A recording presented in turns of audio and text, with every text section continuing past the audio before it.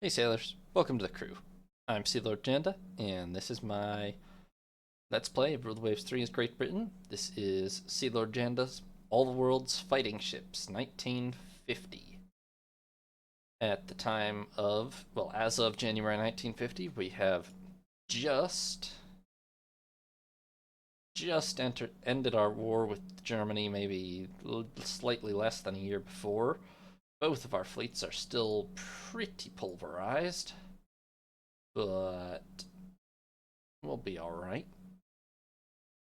The overall world naval situation is thus, well, first of all, we are on the brink of the jet age. We are essentially in the carrier age proper now, but battleships are still very prominent in most of the world's fleets. The United States currently boasts the world's largest fleet, with a budget more than 50% larger than anyone else's, pretty much double the tonnage of all of the normal powers except Japan, but they have a big tech advantage on Japan.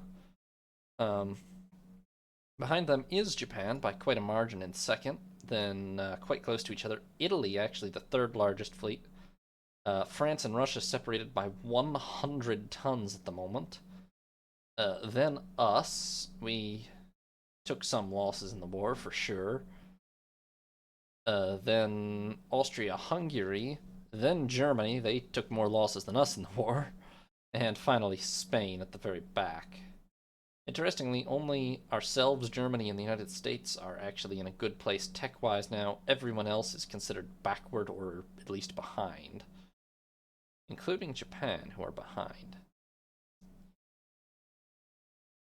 Capital ship-wise, we are probably still looking at more surface ship tonnage than carrier tonnage, pretty much across the board, except for Germany, but that's a edge case because we wiped out their surface ship tonnage. Their gun capital ship tonnage, that is. Everywhere else looks like still a lot more gun capital ship tonnage than carrier tonnage, except Japan is pretty close, but it is more still for gunships, yes. But first, let's start off with destroyers. They are very numerous these days, with 5 powers out of the 9 having more than 100 destroyers in service. Not us, but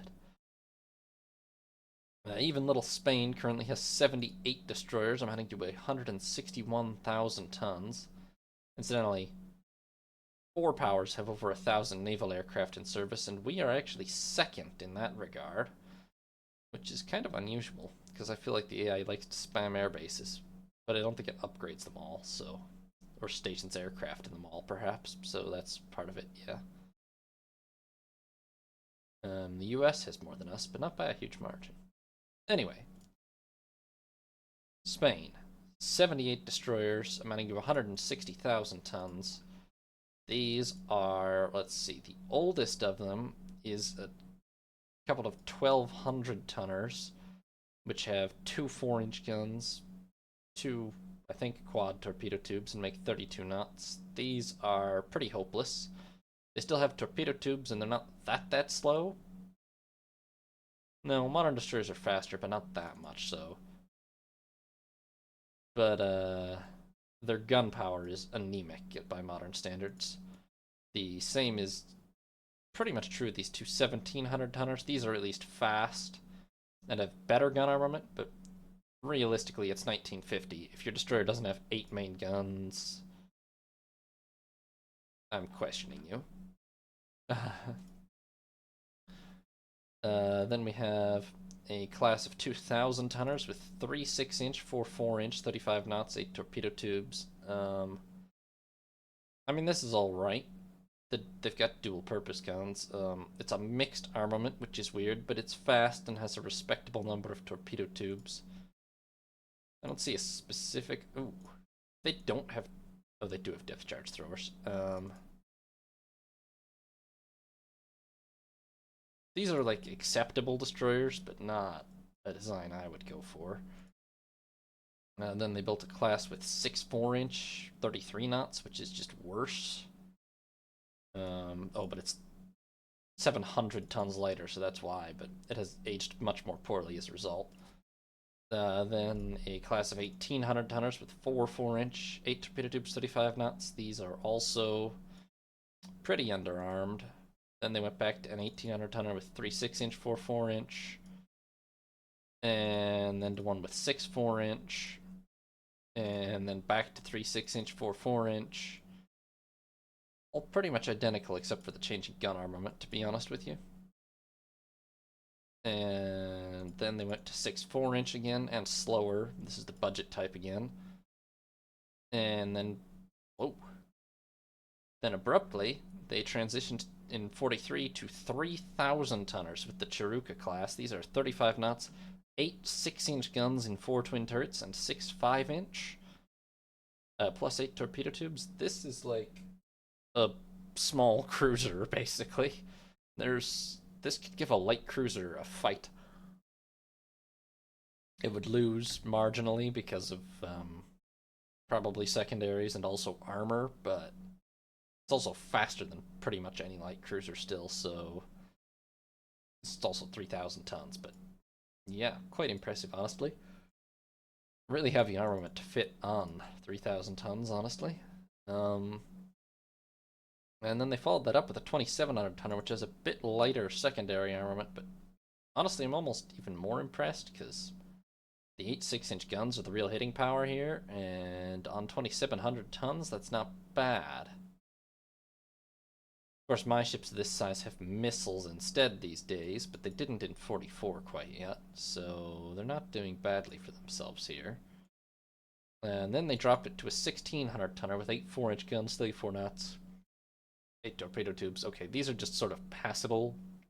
They're definitely small destroyers, but they have a decent-ish armament, decent-ish speed. They're not very good, but they are cheap. They're cheap and they don't have horrific glaring flaws, so. Then they went back to 8 5-inch. Wow, a lot of destroyers. Then down to 6 4-inch, which is just terrible for something they built in 48. And then back to 8 5-inch, 2,200 tons, which these are just very nice. These are sort of bog standard modern destroyers, but they're very nice. No objections. We've even got the 4 depth charge throwers and everything.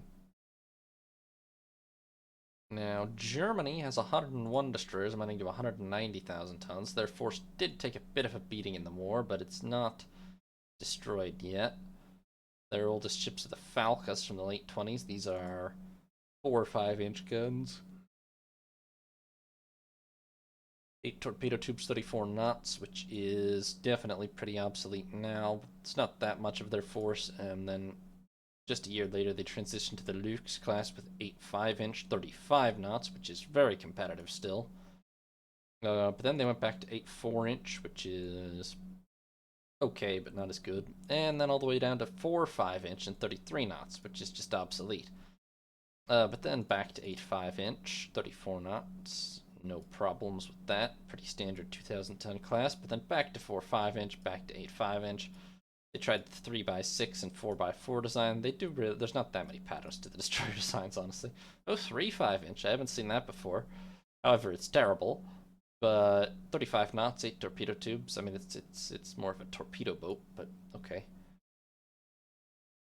And then back to 4 5-inch, and apparently this makes 37 knots, which is pretty crazy, but I still don't love the gun armament. 37 knots is at least impressive. And then 4 4-inch and 12 torpedo tubes. Okay, in fairness, this is a torpedo boat, and it could be pretty good at it. 37 knots, 12 torpedo tubes, probably 3 quads centerline, or maybe it looks like 3 quads centerline, honestly, which is a lot of torpedoes, obviously. But then they went down to 3 4-inch and 33 knots for no reason except budget. Like, I have no idea. Yeah, I could stand to be a little more consistent, probably. Then we went back to 37 knots for 4-inch. Then 36 knots for no apparent reason. Then 3 4-inch and 33 knots, which is just horrific. Then 3 6-inch, 4 5-inch. 35 knots, I mean, again, not bad. Then 6 6-inch, 8 5-inch on a 3,000 ton design. Well, these are very heavily armed and could probably chew through any of my destroyers in a gun engagement. They don't have any extra torpedoes, though, and they're very large. And they still don't have missiles like some of the latest of mine do. Then they, let's see, back to 1500 tonner with 6.4-inch, back to 8.5-inch, kind of slow for 2500 tonner, back to 6.4-inch, back to 8.5-inch, and yeah, that's pretty much the story. I mean, everybody is capable of building destroyers that pretty much look like this these days.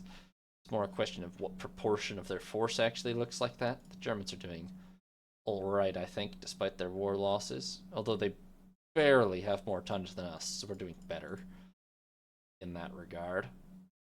Then Austria-Hungary has definitely the weakest destroyer force in the world by a margin, with 66 destroyers amounting to 113,000 tons. Those would be...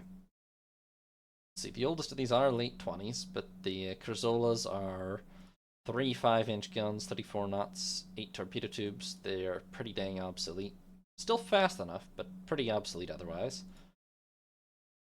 They followed those up with an 8 5-inch, 36 knot class, which is much more formidable. But then went back to 3 5-inch and 34 knots, which is not formidable. And then back to 8 5-inch and 35 knots, and then to 6 4-inch and 33 knots, which is like probably better than 3 5-inch, but not that good either. And 33 knots is not that crazy either. Could be worse, but it's definitely nothing special. And 2 with 8 5-inch, wow, yeah. Not only do they not have that many destroyers, even their latest designs are mostly running 6 4-inch and 33 knots and are only like 1400 tonners. They have only like a half a dozen bigger ones. Okay, a dozen total maybe. Which is pretty terrible, yeah. Their destroyer force is very, very bad. So then that actually takes us to us. We have 86 destroyers amounting to 188,000 tons, which in fairness, despite our numerical advantage, has us just about right there in tonnage with the likes of Germany, France, Russia, and Italy. Although Italy has less than us. Which is interesting, actually. But even though these guys have about 15 more destroyers, we are right there with them on tonnage. It's only Japan and the US that really, really have us outdone. So of these, let's see here. 63 out of our 86 destroyers are still the Amazon class, pretty much our mainstay. We started building these in 33, and the last of them was not finished until 45. So then it's pretty much just your bog standard decent destroyer of that period. 2,000 tons, 34 knots, 8 5-inch guns and 4 twin turrets, 4 depth charge throwers, 8 torpedo tubes and 2 quadruple swivel mounts. 1 to each. I can't remember if it's 1 to each. Maybe it's 2 centerline, yeah. 20 mines, improved director. There's definitely things that could be improved on them with a rebuild, such as they have a pretty weak radar limit and a few other things as well. Modernized AA and so on, but they still get the job done pretty decently in 1950. They're hardly state-of-the-art, but they're also pretty much competitive with almost anything the AI has, except for the 3,000-tonner type designs. But there are not that many of those in the field. They're definitely not a mainstay of anyone's fleet yet. Then we built the 9 ships of the Cossack class. I think it was probably 10, and we lost one in the war, but don't remember now. And these were intended to be the successors to the Amazon. In the end, they all were built in 1948, and no more will be built. These are 2,600 tonners, 34 knots, 8 5-inch guns and 4 twin turrets, 10 torpedo tubes in 2 quintuple swivel mounts, 4 depth charge throwers, 26 mines, much heavier AA. Honestly, the improvements are not that radical from the Amazons, but the obvious things will be... You can probably see it better if I go in here. There'll be... I believe there was intended to be an extra knot of speed, and maybe we didn't actually get it in full, but just much more advanced AA and much more advanced radar and probably better depth charge systems, the extra torpedo tubes. It feels like not that much for 2,600 tons, but the radar and AA add a lot of weight, ultimately. So this is effectively the modernized version of the Amazon. But then, immediately thereafter, we got a new tech upgrade, and since we've built 13 of the Legion class, which is our proper new mainstay, these are 2,600 tons, 34 knots, 8 5-inch guns and 4 twin turrets, 8 torpedo tubes and 2 quadruple mounts, 26 mines, 5 medium, 4 light AA, and most importantly, 4 heavy surface-to-surface missile launchers. I don't believe we have reloads, but these are, to the best of my knowledge, probably the first missile-armed destroyers in the world. Maybe the first missile-armed ships in general in the world. I think the US probably... No, not that I see. We may, in fact, have beaten absolutely everyone to the punch on SSMs. The Germans didn't have any either, did they? So, yeah. I think at the moment, as of 1950, the Legion class are the only operational missile-armed warships in the world. We'll see if I come up across anything to correct that later, but these represent a bit of a technological leap ahead for the Royal Navy, and we're going to try to build quite a lot more of them when the budget allows. Which might be a while, but the Amazons are due for replacement eventually, and the Legions have much better innards plus the missile launchers to really make them a good replacement. So then that'll bring us over to Russia by 100 tons behind France. They have 103 destroyers amounting to 185,000 tons.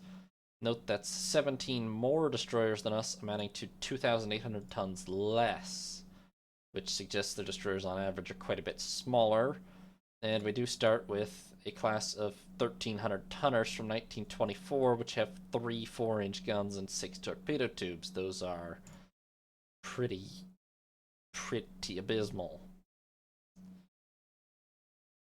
I guess this was about the point where destroyers got enough speed that they can be not technically junk as of 1950, but in terms of size and armament, they're pretty junk. They just can still technically keep up with the fleet.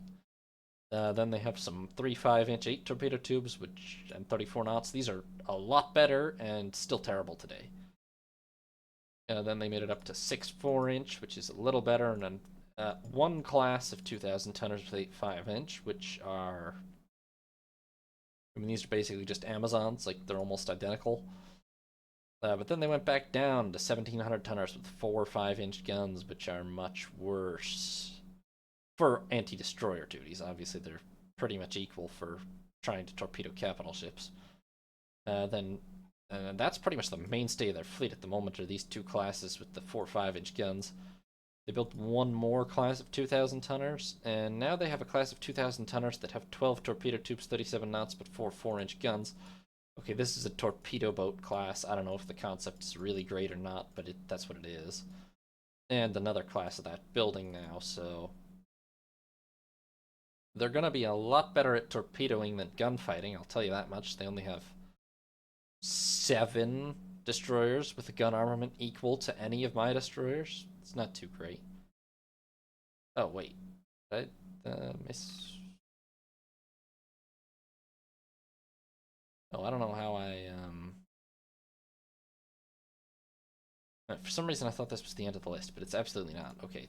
They then built a bunch of 3 4-inch gun destroyers, followed by 6 4-inch gun destroyers, which are terribly slow at 31 knots, and then 2 with 8 4-inch, and then they finally, in the last just couple of years, started building gun destroyers. First, a sizable class of 2,900 tonners with 8 6-inch and 6 4-inch, which are, yeah, that's a lot of gun armament. And then a class with 8 5-inch. So, okay, they now have maybe 20 more modern and powerful destroyers. These are probably about equivalent to like our Cossacks or something. Maybe just marginally inferior. Also depends on their radar and such. Nothing to match our Legion class, though. I mean, these have more gun power, but if the missiles hit, they do enough damage to a destroyer to more than compensate for that, so, yeah. And then most recently, for some reason, they built a class of 1,400 tonners with 6 4-inch guns, which are garbage. France has 101 destroyers, mounting to 188,000 tons, which is just marginally more tonnage than us by 300. 15 more hulls, though. Let's see, they have the Voltigeurs from the mid-20s, which are 1,300 tons, 2 6-inch, 4 3-inch. Not sold on that. That's a pretty awfully weak gun armament, really. Then they have these with 4 5. Oh, and only 6 torpedo tubes as well.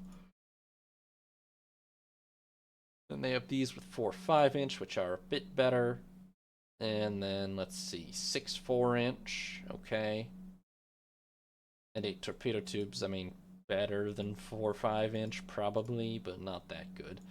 Then they have some of the mixed 3x6, 4x4s, and then they went back to, okay, this is the torpedo boat type, 4x4, 37 knots, 12 torpedo tubes.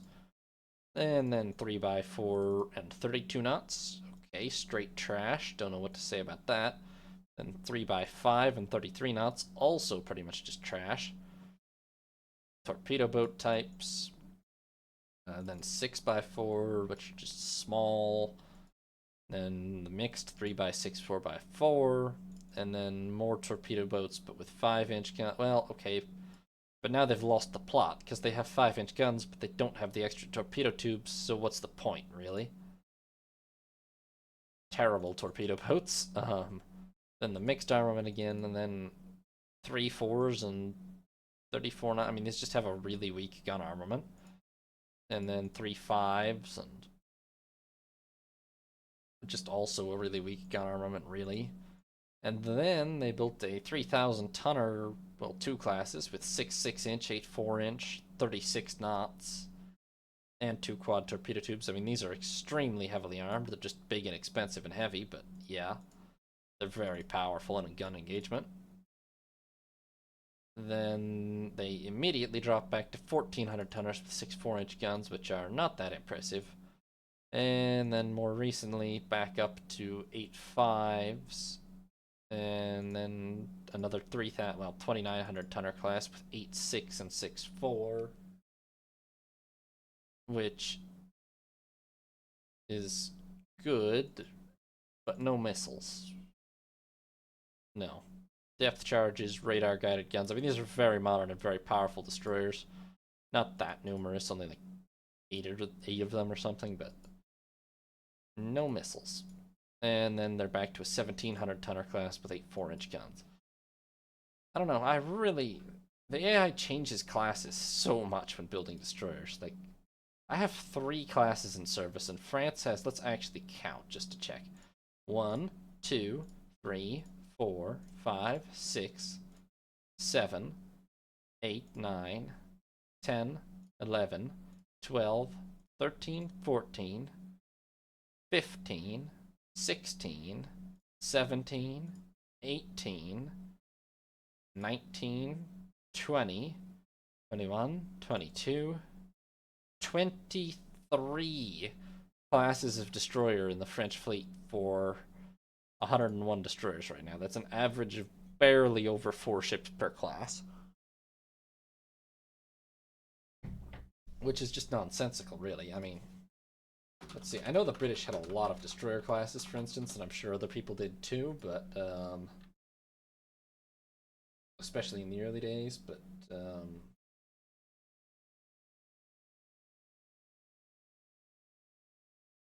okay, yeah. First of all, the British interwar period, which was the mess, probably the messy. Well, their pre-World War One period was probably actually their messiest period for destroyer building, but even then they were averaging at least like 10 ships per class, if not 15 to 20. And their pre-World War, their interwar orders were pretty much all 9 ships. prior to the I mean, like for the A through H classes, except for the C class, which they hated, apparently. I mean, they also had way more ships than are even on this fleet level. There were probably 300 plus destroyers in the Royal Navy, but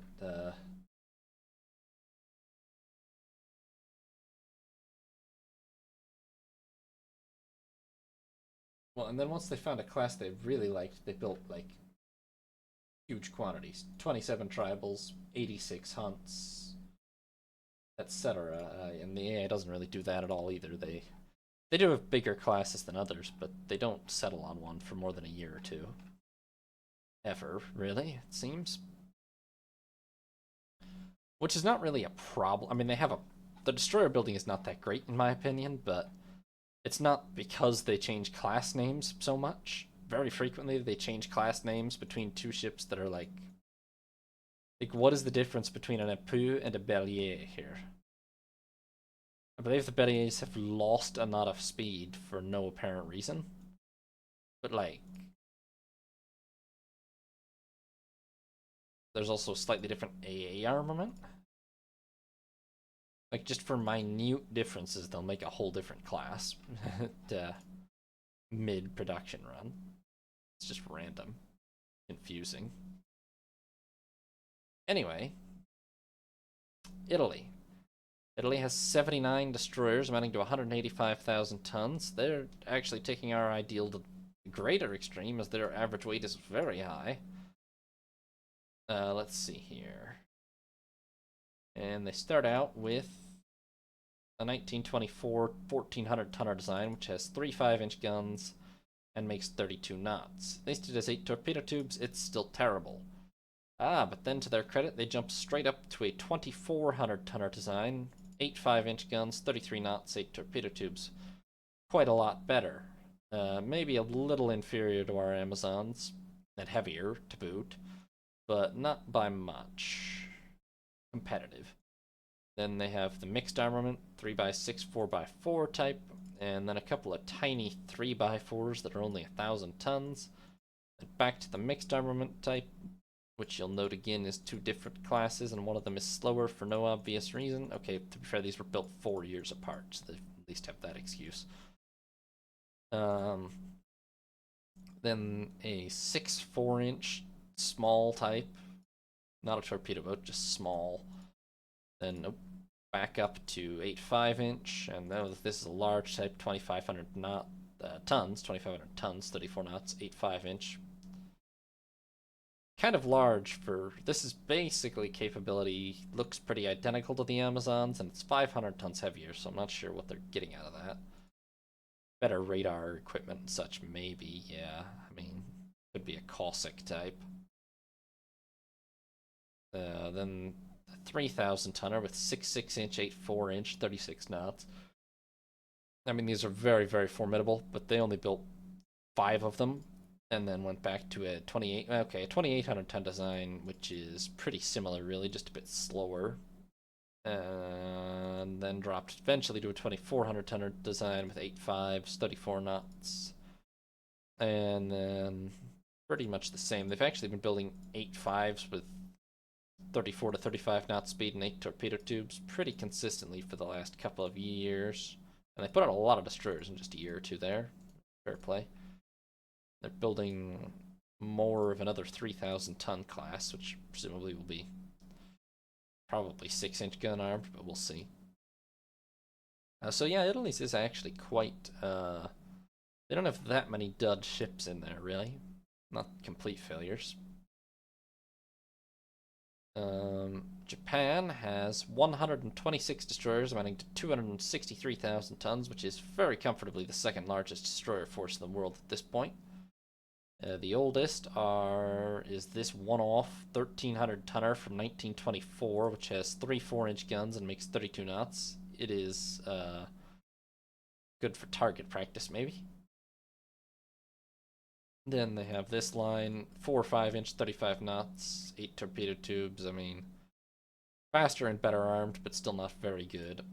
Then they have 8 4s here. That's much more reasonable. Then back down to 3.5s, 35 knots, but still, yeah, I mean, terrible. Actually worse than these. Briefly back up to 8.4s and then back down to 4.5s again, and then in 36 they finally built their first class with 8.5s, 2,300 tons for 35 knots, but well, fast, well armed. I mean, nothing to object to.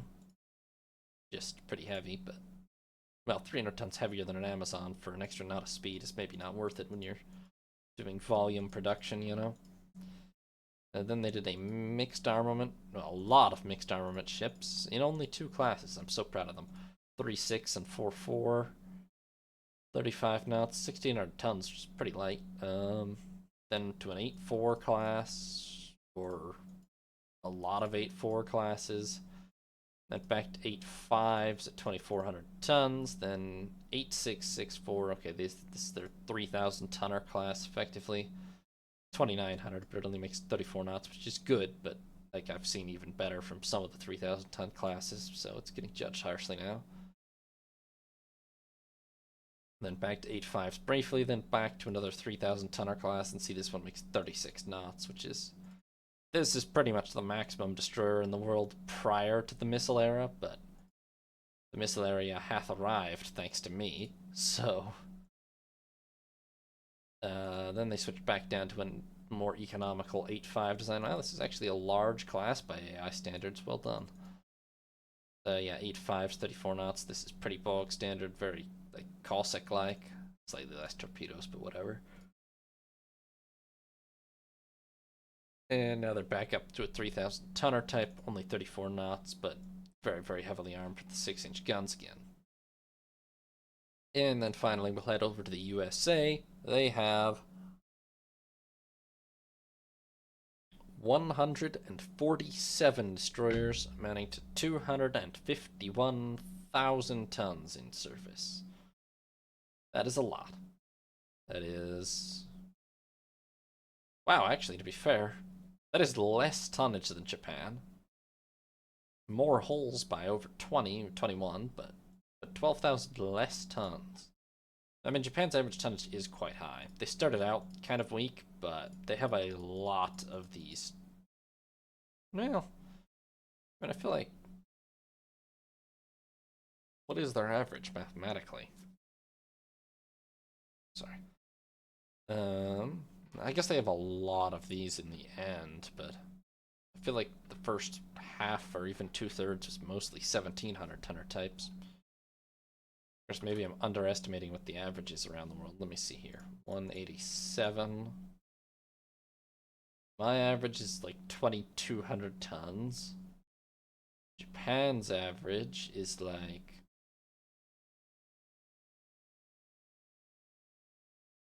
I just did not type that right. Japan's average is like 2,100 tons, which is a bit less than me, but only by by like less than 100. The US's average is... Oh wow, the US's average is only 1,700 tons. I'm surprised Japan cracks 2,000 tons average, but the US is a much lower average than myself or Japan. Okay. Which was not hard to do, like, relative math on, but there you go. Let's see, they have one 1,100 tonner from 25 with 3 4-inch guns, 6 torpedo tubes. Combat stars against me.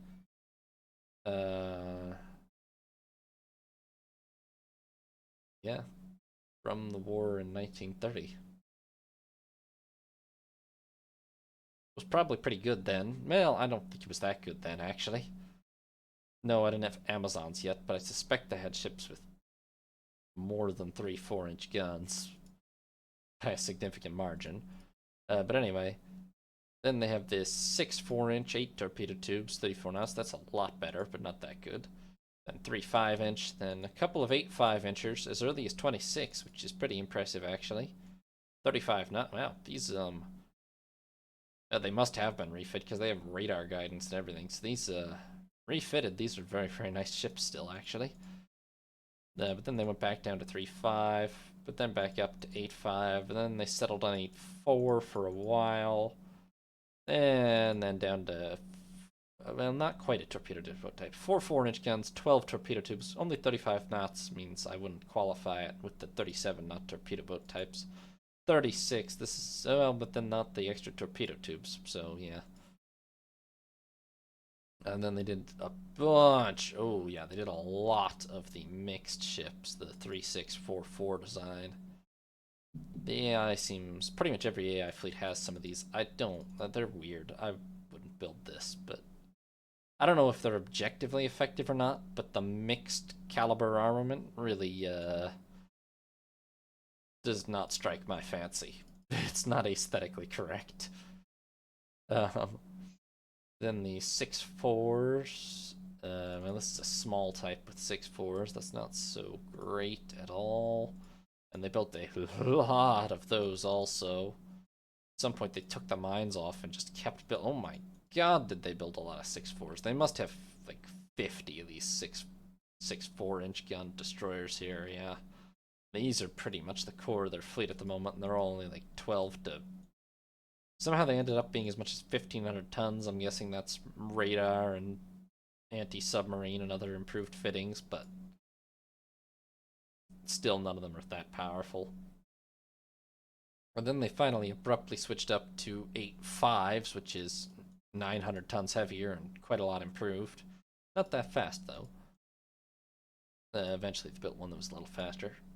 And then they went straight back down to 6.4s for a while again. And now they've just gone back up to 8.5s, and then suddenly they're building a class with 8.6, 6.4, but then they have another class that's only 1,500 tons following, so yeah. The US fleet still has this core, either these 3.644s or these 6.4s. They have only a very limited, like, 10 to 20 ships with 8.5-inch guns, so yeah, the destroyer force is pretty backwards, actually. Alright, well, let's move along to cruisers. So, light cruisers first. Those are definitely more numerous at the moment overall, although not everywhere. And heavy cruisers are definitely making it, it's a bit divided, actually. I think there's more light cruisers in the world overall, but not by a huge margin. In fact, let's see here. 1, 2, 3, 4.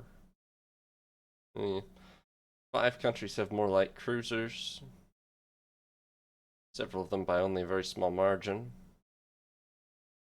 And 4 have more heavy cruisers, so it's pretty even at the moment. So Spain has 14 heavy cruisers amounting to 129,000 tons, which is pretty substantial, actually. That puts them ahead of, what, 4 other powers in terms of light cruisers?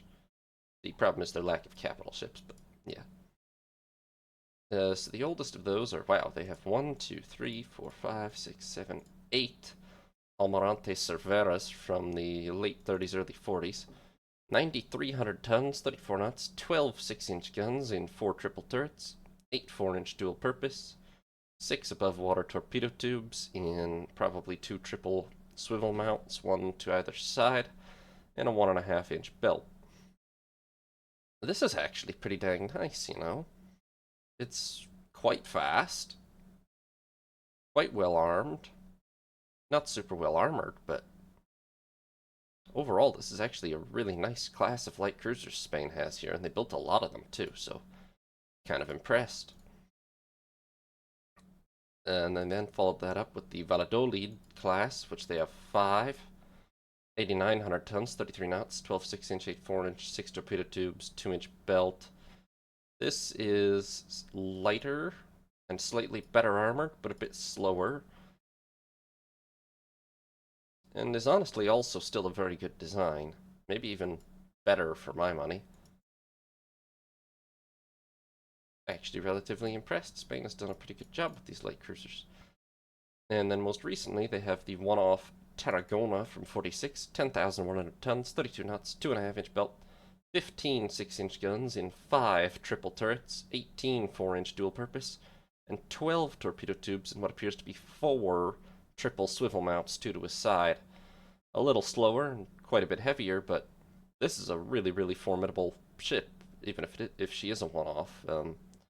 Extremely heavy gun armament, extremely heavy torpedo armament, well armored as well. I would have to say Spain's light cruiser fleet is actually quite formidable. So that'll take us over to Germany. They have only 9 light cruisers amounting to 98,000 tons left, although they're building more, but the oldest is Leipzig from 1925. 7,900 tons, 32 knots, 8 6-inch guns and 4 twin turrets, 8 4-inch, 8 torpedo tubes in 4 twin swivel mounts and a 1.5-inch belt. Decent, but hardly state-of-the-art, sort of a half generation, or at the early end of the modern light cruiser generation compared to everything else that's floating around these days. To be fair, they're very similar to our Bristols, maybe just slightly inferior, but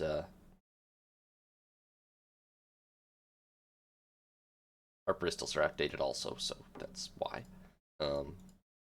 Then they have 2 Brahmins, 4,700 tons, 31 knots, 8 5-inch guns and 4 twin turrets, 2 triple torpedo tubes, 1 per side, and a 1-inch belt. These are pretty much just pathetic. They're basically have the armament of a destroyer, except they're slower and heavier, so they have no real purpose. There are actually numerous 3,000-ton destroyers in the German fleet, I think. Yes. In the German fleet, there are numerous 3,000-ton destroyers, which are in literally every way, except technically the 1-inch armor, superior to these cruisers, which is not what you want in a cruiser. Then they have 2 Kerns from the early 30s. These are 5,700 tons, 31 knots, 6 6-inch guns and 3 twin turrets, 8 3-inch and a 2-inch belt. These are not very fast and are just kind of that critical little bit underarmed, so they're not really anything to write home about. They're quite bad, really. Then the one-off Chemnitz from 34, 7,700 tons, 33 knots, 7 6-inch guns in what appears to be 5 single centerline mounts and 2 wing mounts, I think. 4 4-inch and a 3.5-inch belt. Look, this is fast and well armored, but has an absolutely diabolical gun layout for an allegedly modern light cruiser, which makes her basically just terrible. What the hell? She did survive 4 battles with us, albeit she scored a combined total of 2 hits throughout those battles, and was heavily damaged in the process. Apparently she's tough enough to survive, but not to actually do any damage. Then the one-off Magdeburg from 38. I think there might have been more of these pre-war. 7,600 tons, 32 knots, 9 6-inch guns in 3 triple turrets, 8 3-inch, 3-inch belt. These are quite nice, actually. Fast enough, quite well armored, quite reasonably armed. Obviously, what we saw from Spain is actually superior, mostly, but I don't have any objection at all to these. They're quite reasonable. This one survived 3 battles with us. Scored a lot more hits than the Chemnitz did. And then most recently, they've built 2 Wiesbadens and are building 2 more. These are 10,300 tons, 31 knots, 12 6-inch guns and 4 triple turrets, 2.5-inch belt, 6 torpedo tubes and 2 triple mounts, and 2 aircraft. And these are pretty well armored, quite heavily armed, gun-wise, although not torpedo-wise. They're not that fast, though, and they're not that exceptional for how much they displace, so good, but not crazy good. Well, the Spanish are probably cheating by having short-ranged ships, maybe, or like low freeboard ships or something, but still, their ships look pretty impressive compared to this, honestly. That'll take us over to Austria-Hungary. They have 10 light cruisers amounting to 98,000 tons. It looks like they focus pretty heavily on heavy cruisers. The oldest is Arethusa from 32, 5,300 tons, 31 knots, 8 5-inch guns and 4 twin turrets, 6 torpedo tubes, 1-inch belt, 2 small, inferior to destroyers, garbage. Then 2 chameleons from 36. These are 8,000 tons, 32 knots, 8 6-inch guns and 4 twin turrets, 8 4-inch, 8 torpedo tubes in...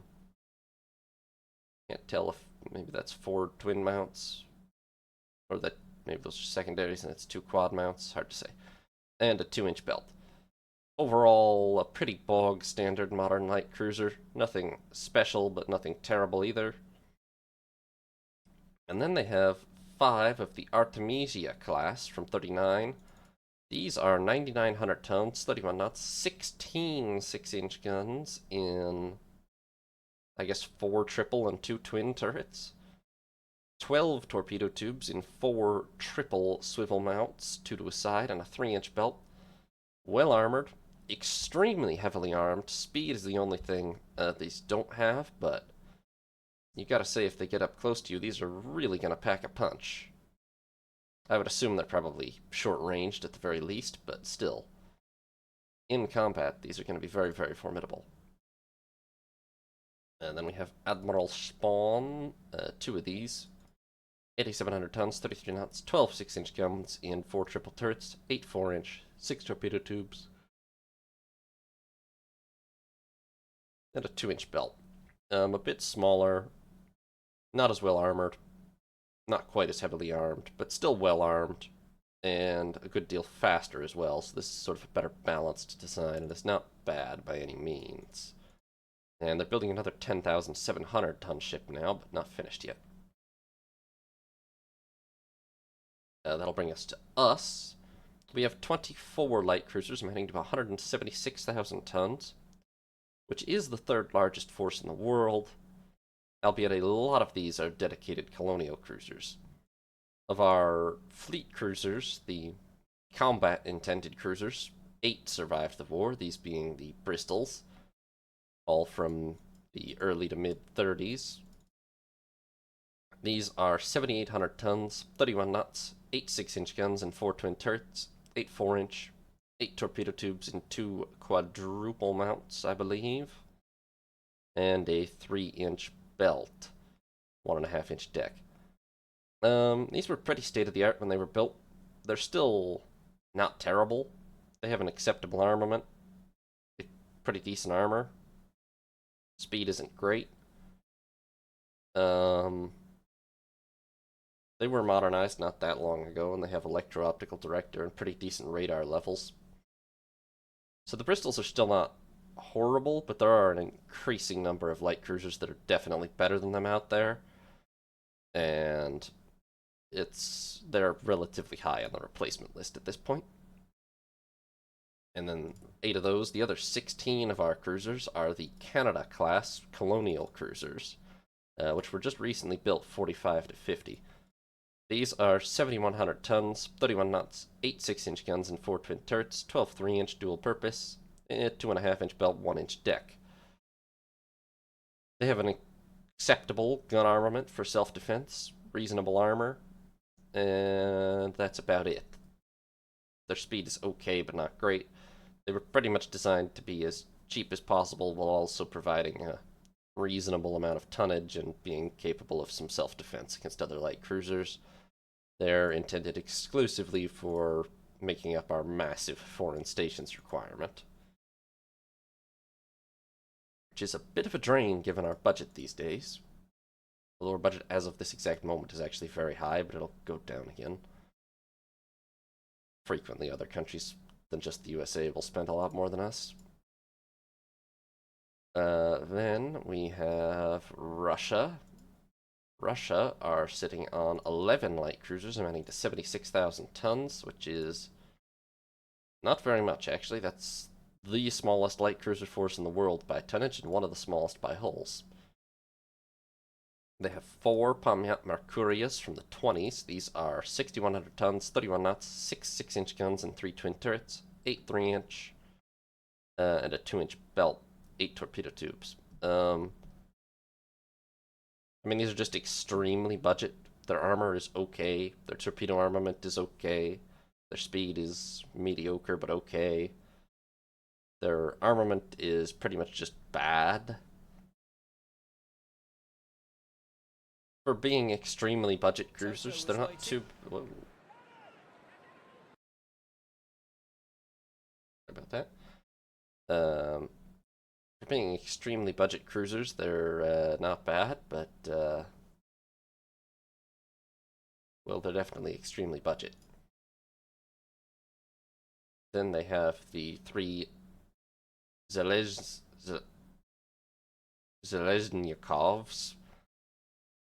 Zelenyakovs, maybe. 5,300 tons, 32 knots, 8 5-inch guns, and 4 twin turrets, 6 torpedo tubes, 1-inch belt. Again, these are the type that are just worse than modern destroyers, so yeah, awful. Then 2 Tbilisis, which there's no excuse really, because even at the time these were being built, they were already destroyers with 8 5-inch guns, so like, what the hell. Then 2 Tbilisis from the late 30s. These are 6,800 tons, 30 knots, 9 6-inch guns in 3 triple turrets, 8 3-inch, and a 2-inch belt. These at least have an okay gun armament, okay armor. They're pretty slow, and they have no torpedo armament, so under certain circumstances they're okay, but they're not very good at all. They don't have anywhere near the all-round independent abilities of most other people's cruisers. And then in 42, they built the one-off Hersones, which is 10,300 tons, 32 knots, 15 6-inch guns and 5 triple turrets, 18 4-inch, 12 torpedo tubes and 4 triple swivel tubes, and a 2.5-inch belt. I mean, this is very, very formidable. Extremely heavily armed, quite well armored, and very fast. Well, not very fast, but fast enough. The only real problem is that they only have one of her. And then more recently, they built the one-off Zemchug, which is even bigger. This is a monster of a light cruiser, 11,800 tons, 33 knots, 18 6-inch guns in 6 triple turrets, 23-inch, 6 torpedo tubes in 2 triple swivel mounts, I think, 2.5-inch belt, and this thing actually has 2 heavy surface-to-surface missile launchers, which that is the first I've seen on any ships other than my own. Let's see, 49. They would not have beaten my Legion class into service. My first were launched in 48, but that is the first ship other than my Legions that I've seen that actually has missile tubes. Albeit there's exactly one of them, and they're not building more.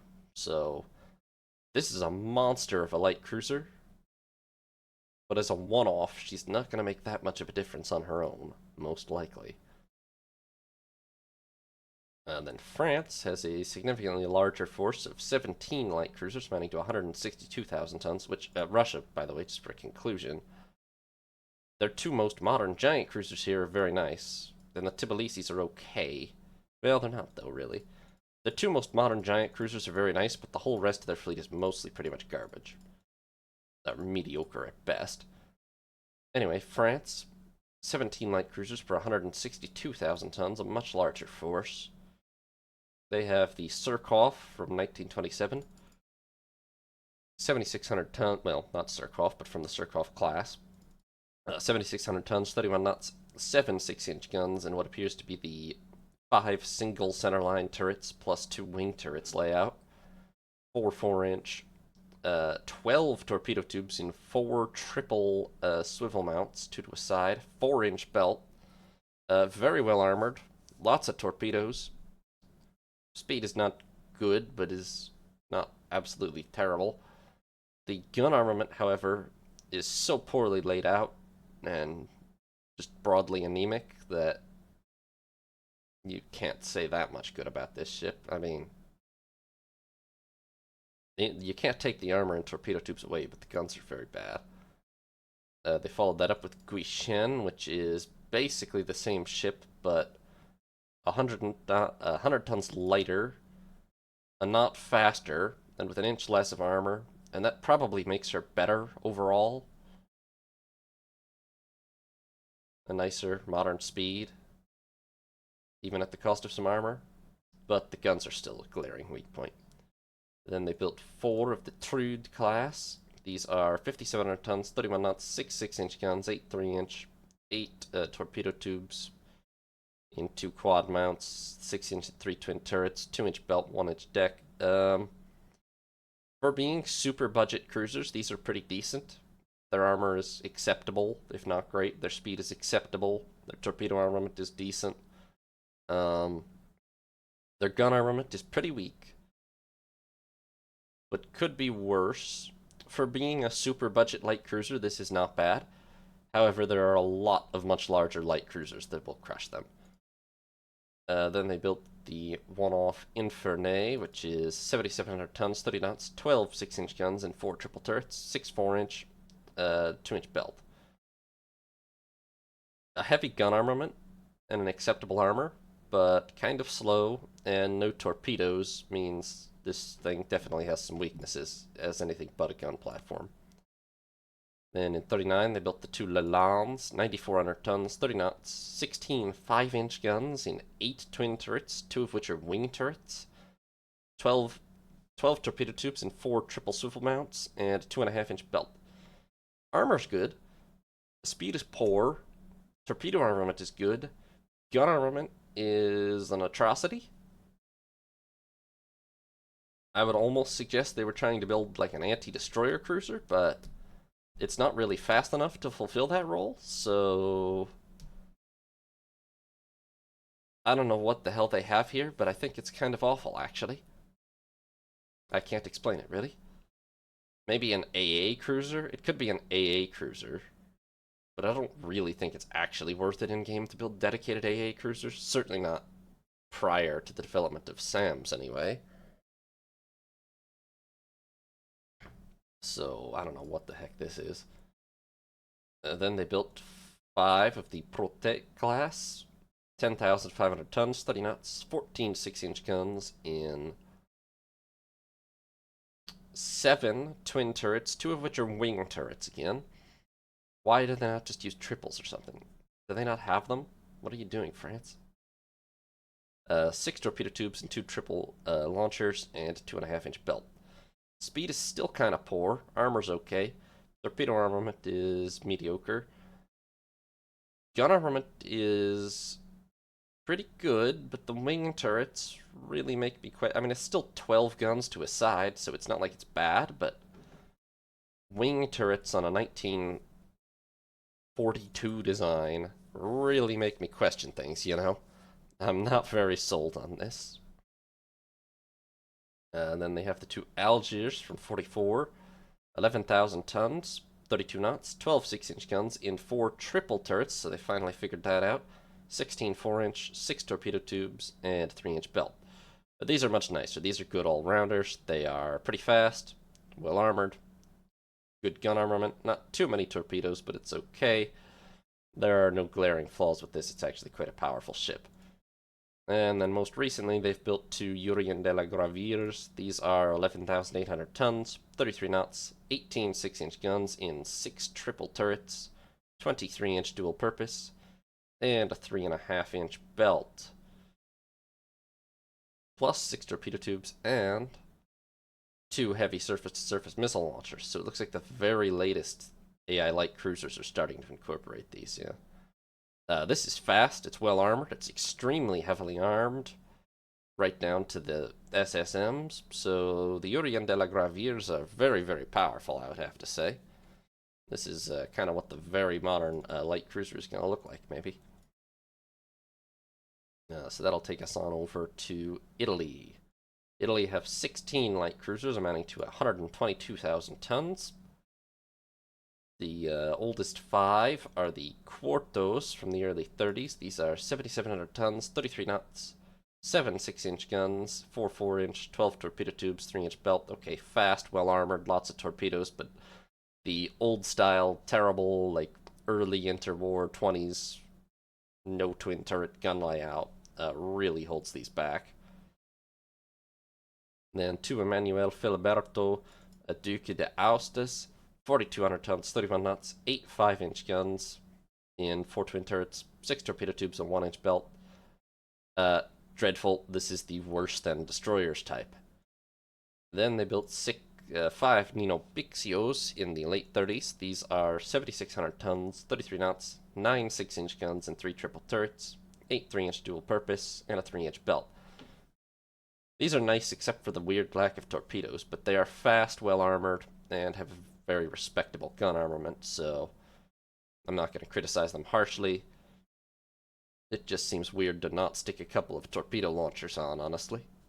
Would have only cost them a couple hundred tons in displacement, maybe. As an aircraft, though, if that counts for anything. Then 3 Costanzo Cianzos from the mid-40s. These are 8,700 tons, 33 knots, 12 6-inch guns, and 4 triple turrets, 8 4-inch, 2-inch belt, and 6 torpedo tubes, 2 triple mounts. Fast, acceptably armored, very nicely armed. These are just very good all-rounders and generally pretty formidable ships, yeah.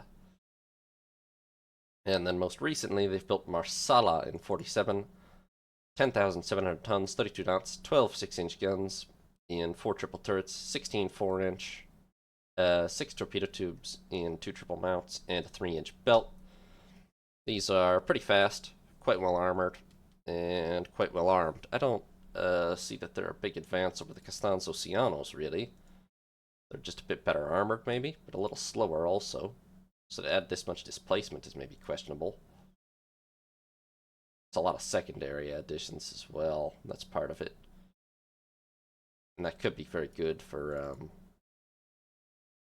anti-air, maybe.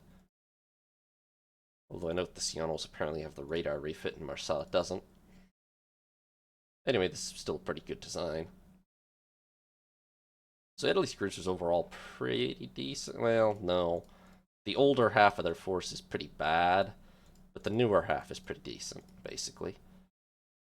And that'll bring us over to Japan. They have the world's largest heavy cruiser force with 36 ships amounting to 314,000 tons. The oldest is Suma from 32, 7,400 tons, 32 knots, 9 6-inch guns, and 3 triple turrets, 8 4-inch dual purpose, 6 torpedo tubes, 2 triple mounts, and a 2.5-inch belt.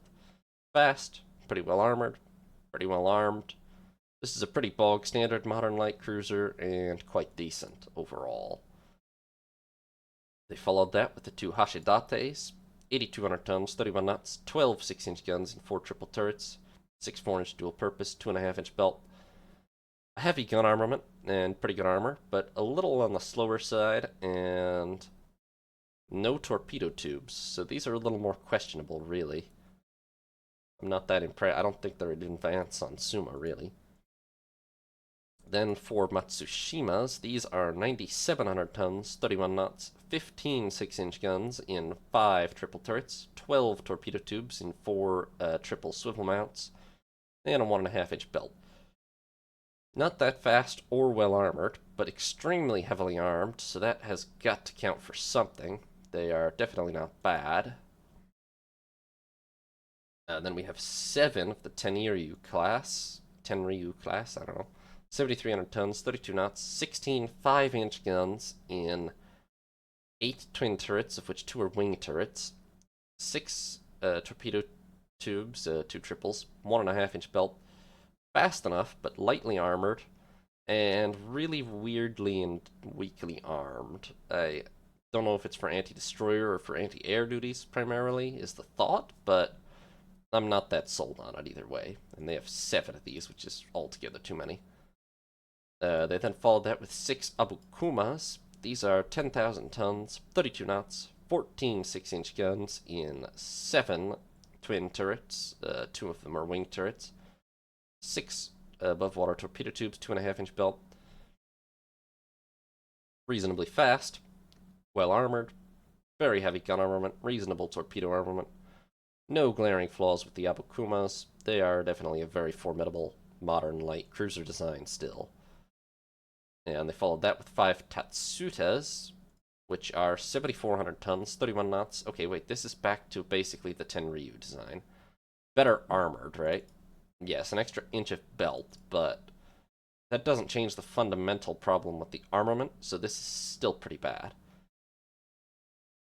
They then went over to back to a 6-inch design with the 4 Sakawas, which are 7,400 tons, 32 knots, 9 6-inch guns, and 3 triple turrets, 8 3-inch, and a 2-inch belt. Speed and armor are fine. Gun armament is fine, if not exceptional these days. No torpedoes, though, so this is definitely a bit of a... It's sort of a standard to budget design, except the lack of torpedoes is just kind of random, and definitely a mark against her. Then they built 5 of the Abolshi class in the mid-40s. These are 10,800 tons, 32 knots, 12 6-inch guns in 4 triple turrets, 16 4-inch dual-purpose, 6 torpedo tubes, and a 4-inch belt. Fast, very well armored, and quite respectably armed, so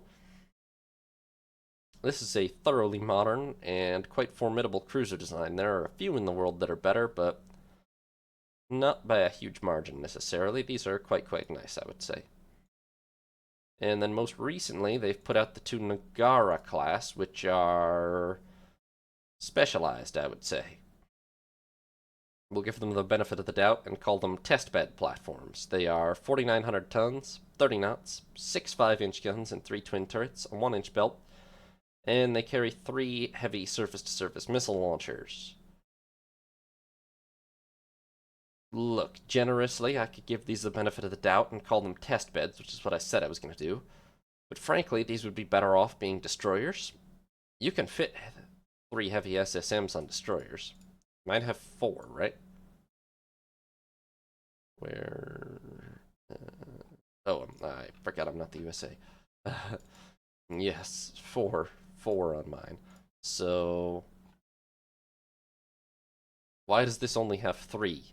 Along with being slow and unarmored and a very weak gun armament and no torpedoes. Quite a heavy AA armament.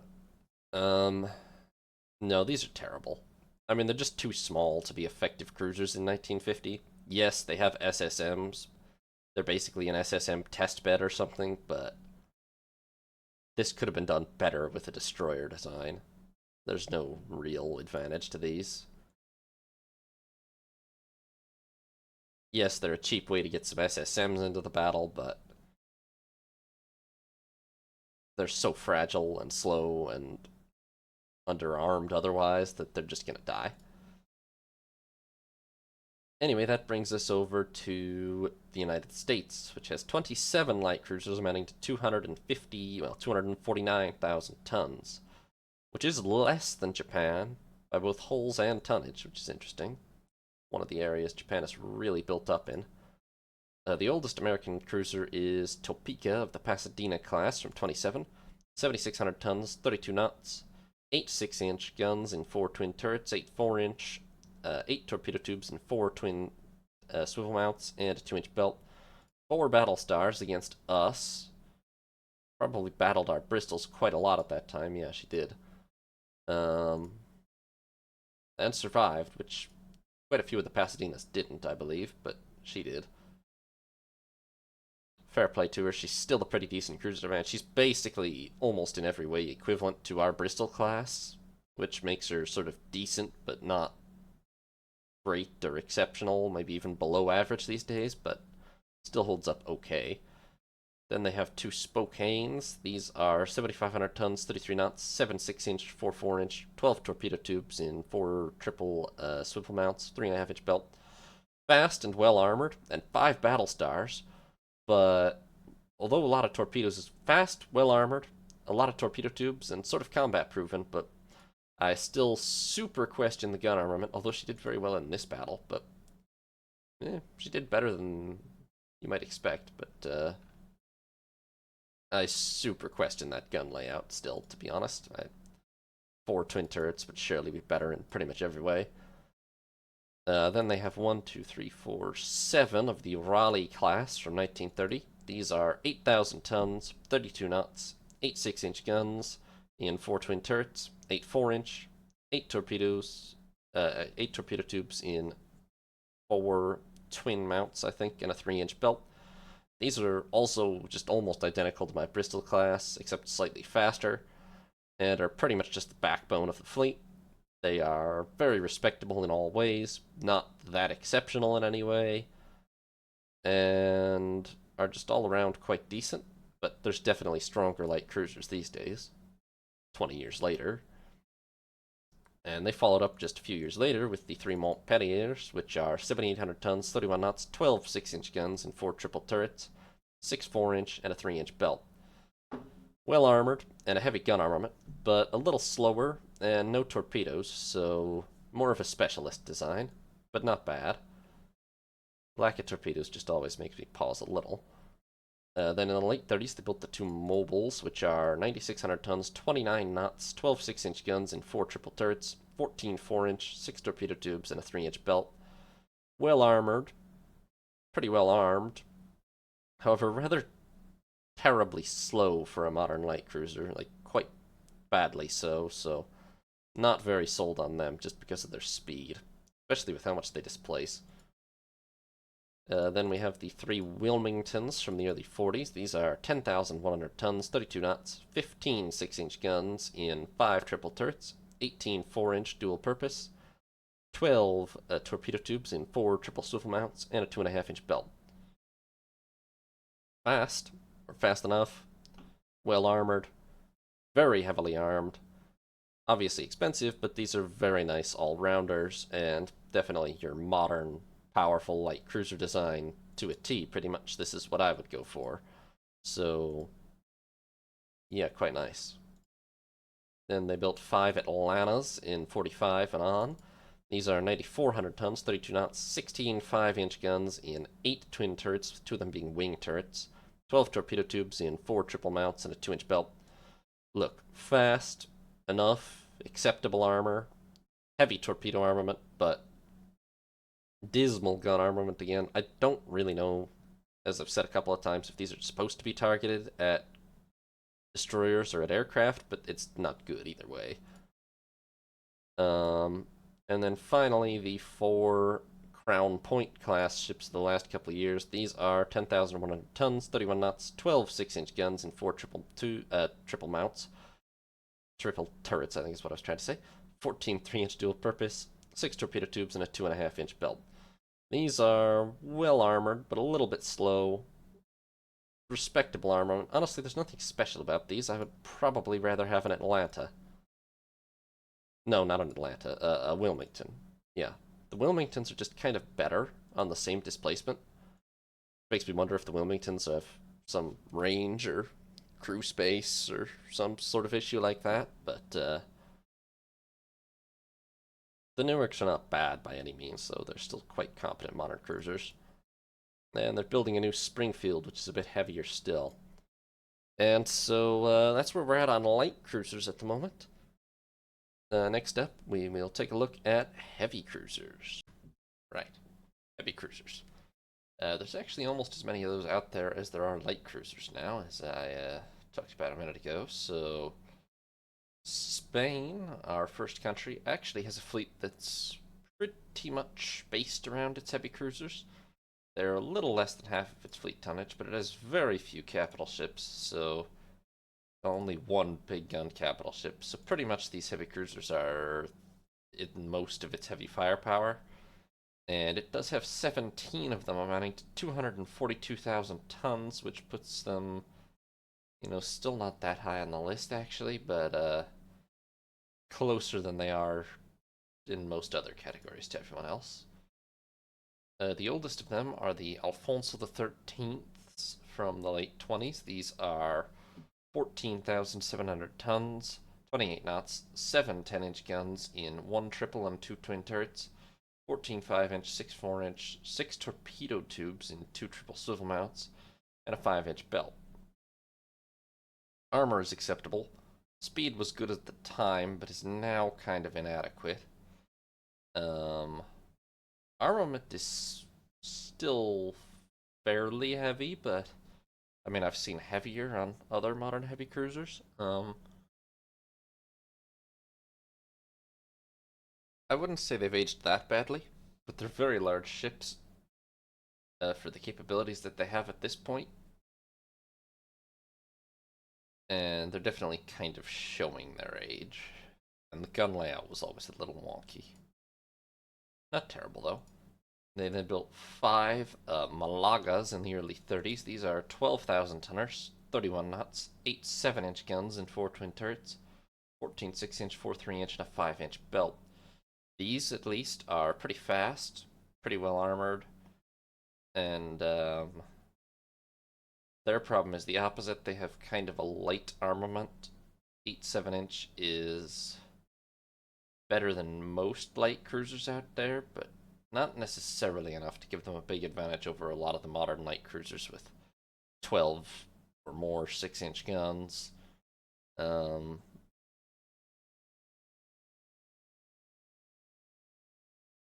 the 14 6-inch guns means something, but those are secondaries. Overall, it's a pretty powerful heavy cruiser, but maybe just would benefit from a little bit more stopping power, even just 8-inch guns. It will do quite well against light cruisers, probably, actually, but not so much against other heavy cruisers, maybe. Then the one-off Pontevedra, 14,100 tons, 31 knots, 12 8-inch guns in 4 triple turrets, 16 5-inch and a 4.5-inch belt. Alright, this is quite nice. Very respectable armor, very respectable speed, and quite a reasonable amount of firepower. 12 8-inch guns is pretty good. There are definitely ships out there with more, but I wouldn't complain about it at all. I would say 12 8-inch guns is quite nice. Then 2 Jandas from 38, 13,600 tons, 32 knots, 8 8-inch guns and 4 twin turrets, 12 4-inch, dual purpose, 2 triple torpedo tube launchers, yeah, and 4-inch belt. Armor is still okay, but less. Gunnery is 4 less barrels, actually, which is quite significant. And the main thing they seem to have gained is a knot of speed and 500 tons displacement, so, well, the torpedo tubes as well, but less critical on heavy cruiser-sized ships. This still isn't a terrible heavy cruiser by any means. It's got an adequate armament, good speed, adequate armor. But I would definitely much rather have Pontevedra, I think. And then they built 5 of the Coruna class in the mid-40s. These are 14,200 tons, 32 knots, 12 8-inch guns and 4 triple turrets, 16 5-inch and a 4.5-inch belt.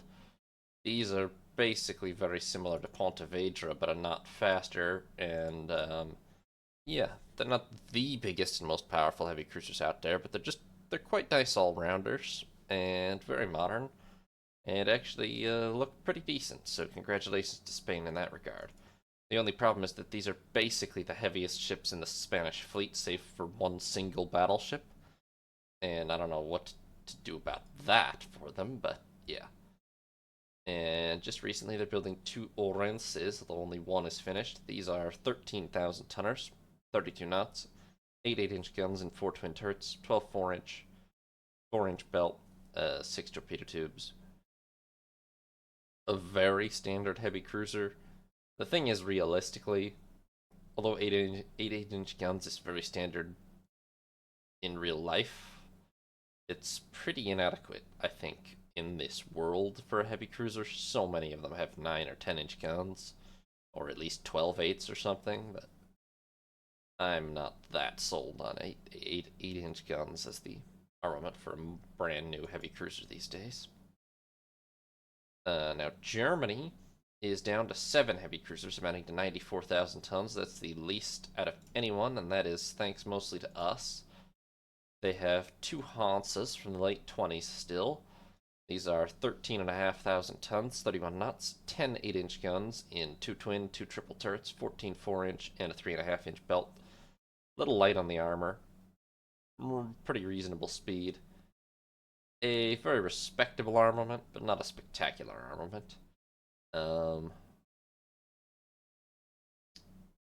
Overall, a pretty decent light heavy cruiser, but just a little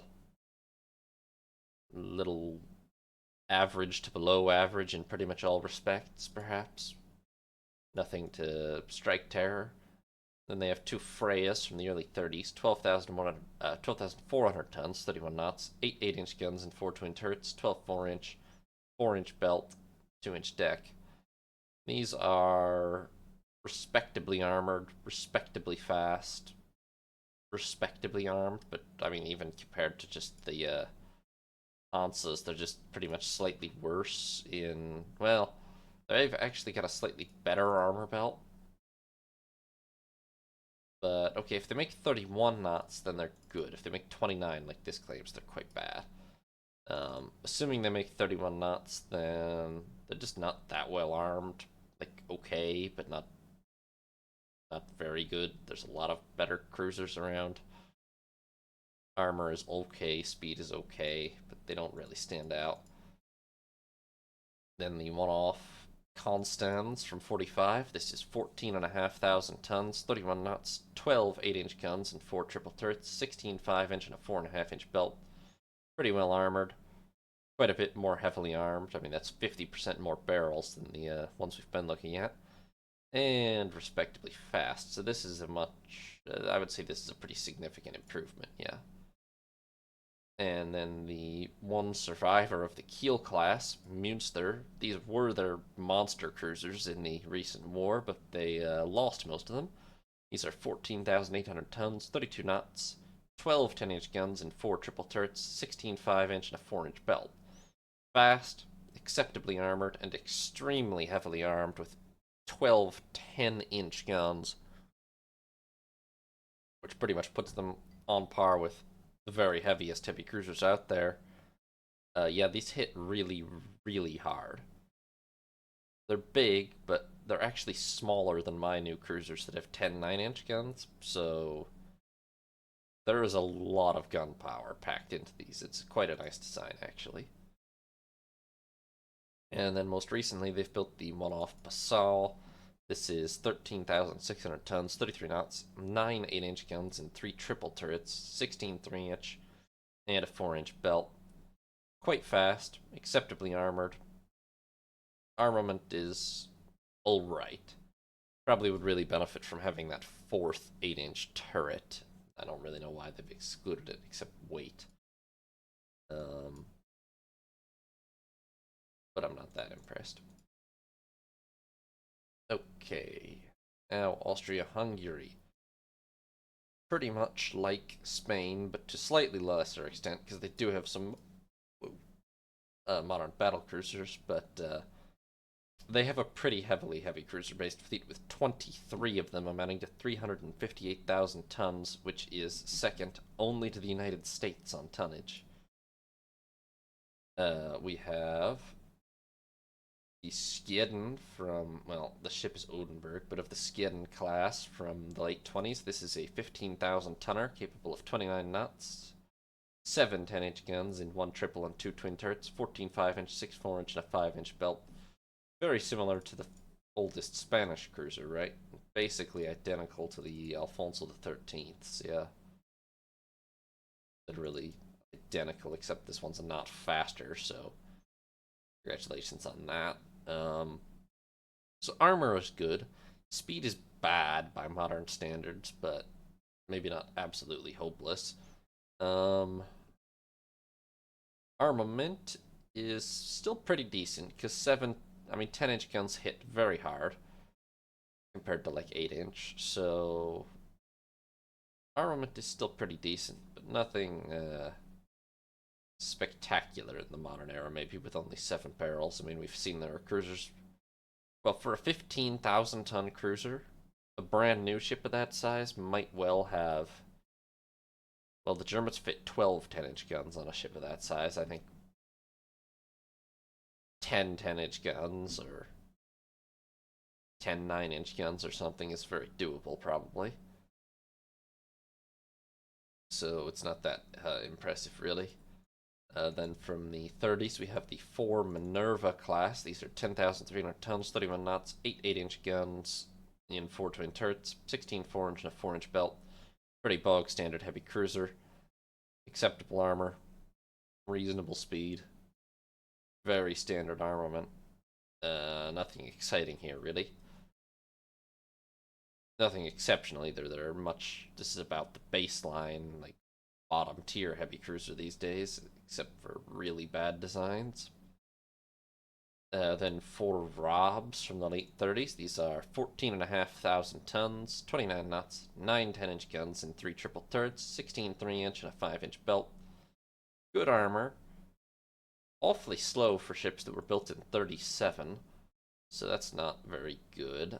Very respectable armament, though. 9 10-inch guns and triple turrets. This will hit very hard. I mean, for sure, it's an upgrade on the skin.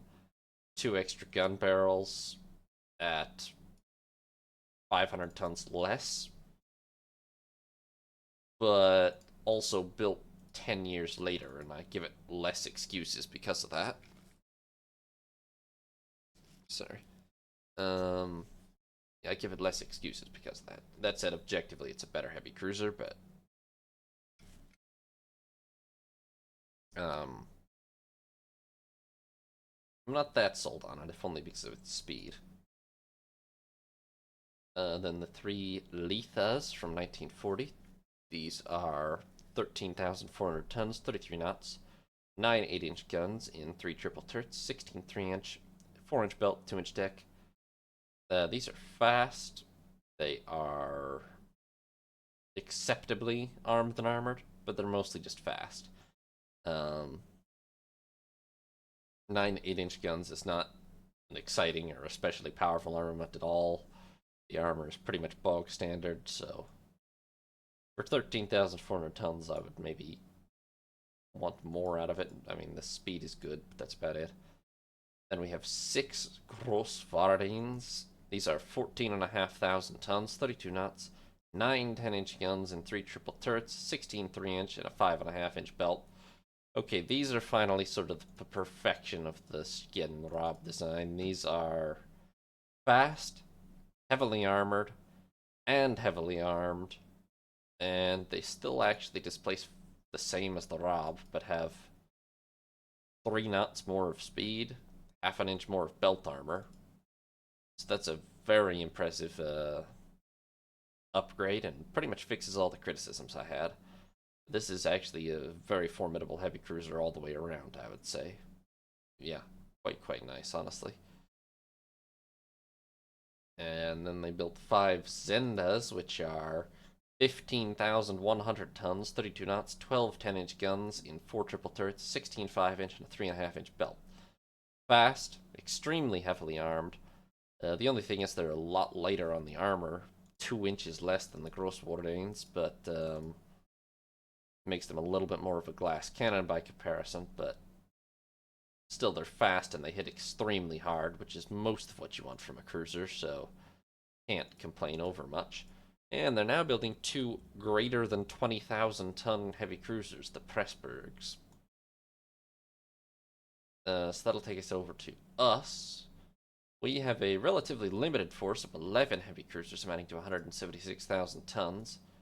Of these, 7 are the Suffolk class from the early to mid 30s. These are 14,300 tons, 30 knots, 10 9-inch guns and 4 twin turrets, 16 5-inch, and a 4-inch belt, 2-inch deck. Their speed is pretty much just acceptable these days. It's not even really. They're kind of slow these days, to be honest. Their armor is average. Their gun power is pretty good. I feel like most of their immediate contemporaries probably had 8 or 9 8-inch guns, although there definitely were ships with 10-inch guns already.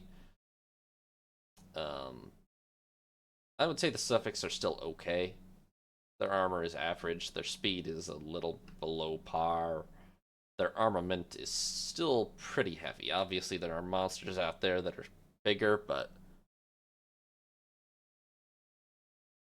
10 9-inch guns will still dispatch the majority of the heavy cruisers we've been looking at pretty acceptably. And then we have 4 Cumberlands from the early 40s. These are basically an upgraded design, 15,200 tons, 32 knots, 10 9-inch guns and 2 twin and 2 triple turrets, 16 5-inch, 4-inch belt, 2-inch deck. Average armor still, same armament, but 2 knots faster, various internal improvements to minor things. The Cumberlands are quite nice. Their armor is decent, their speed is good, their armament is good. I wouldn't necessarily say they stand out as like an exceptional. Like they don't have 12 10-inch guns, and there are ships lighter than them that do. But they're very nice all-rounders. They do hit pretty hard compared to most of the heavy cruisers out there. And they've got enough speed and enough armor to be competitive with pretty much anything out there. And uh, they did do themselves pretty proud in the battle against the Germans in the war against Germany, honestly. So I'm pretty happy with them. And as a bonus, we are building one replacement cruiser for our. We lost one Suffolk during the war, I think. HMS Sussex, 15,500 tons, 32 knots, 10 9-inch guns, 2 twin, 2 triple turrets, 16 5-inch, plus 4 heavy SSMs, 4-inch belt, 2-inch deck. Basically a Cumberland, but with the heavy SSMs added on, and maybe some other minor internal changes, but I don't really recall. But mostly the heavy SSMs tacked on, and that just brings it a little bit more into the modern era.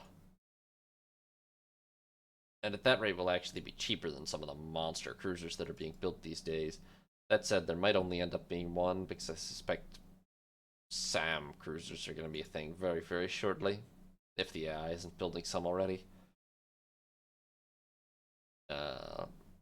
Russia has another pretty monstrous fleet with 25 heavy cruisers mounting to 329,000 tons. The oldest are the two Ochakovs from the late 20s. These are 10,900 tons, 30 knots, 8 8-inch guns and 4 twin turrets, 16 4-inch, 3.5-inch belt, 1.5-inch deck. Kind of slow, a little under-armored, not a very good armament. They're pretty much just old and rather weak these days. Definitely nothing exciting. Then they built 4 Vladivostoks immediately after. These are 13,700 tons, 32 knots, 12 8-inch guns and 4 triple turrets and a 4-inch belt. These are quite a lot better. They're actually still fast, acceptably armored, and have a pretty decent armament. Yeah, pretty. I mean, 12 8-inch is probably less than 10 9-inch, but not by much. It's pretty comparable. So, yeah, pretty respectable, pretty powerful heavy cruiser design all around. No criticisms of those. Unfortunately, they then built the 4 Marshal Voroshilovs, which are 12,800 tons, 32 knots, 6 8-inch guns and 3 twin turrets, 12 5-inch, 8 3-inch, and a 5-inch belt. These are fast and well armored, but have basically a pathetic armament by modern standards, with just 6 8-inch guns is just not enough at all. It's pretty bad. So those are basically complete write-offs. To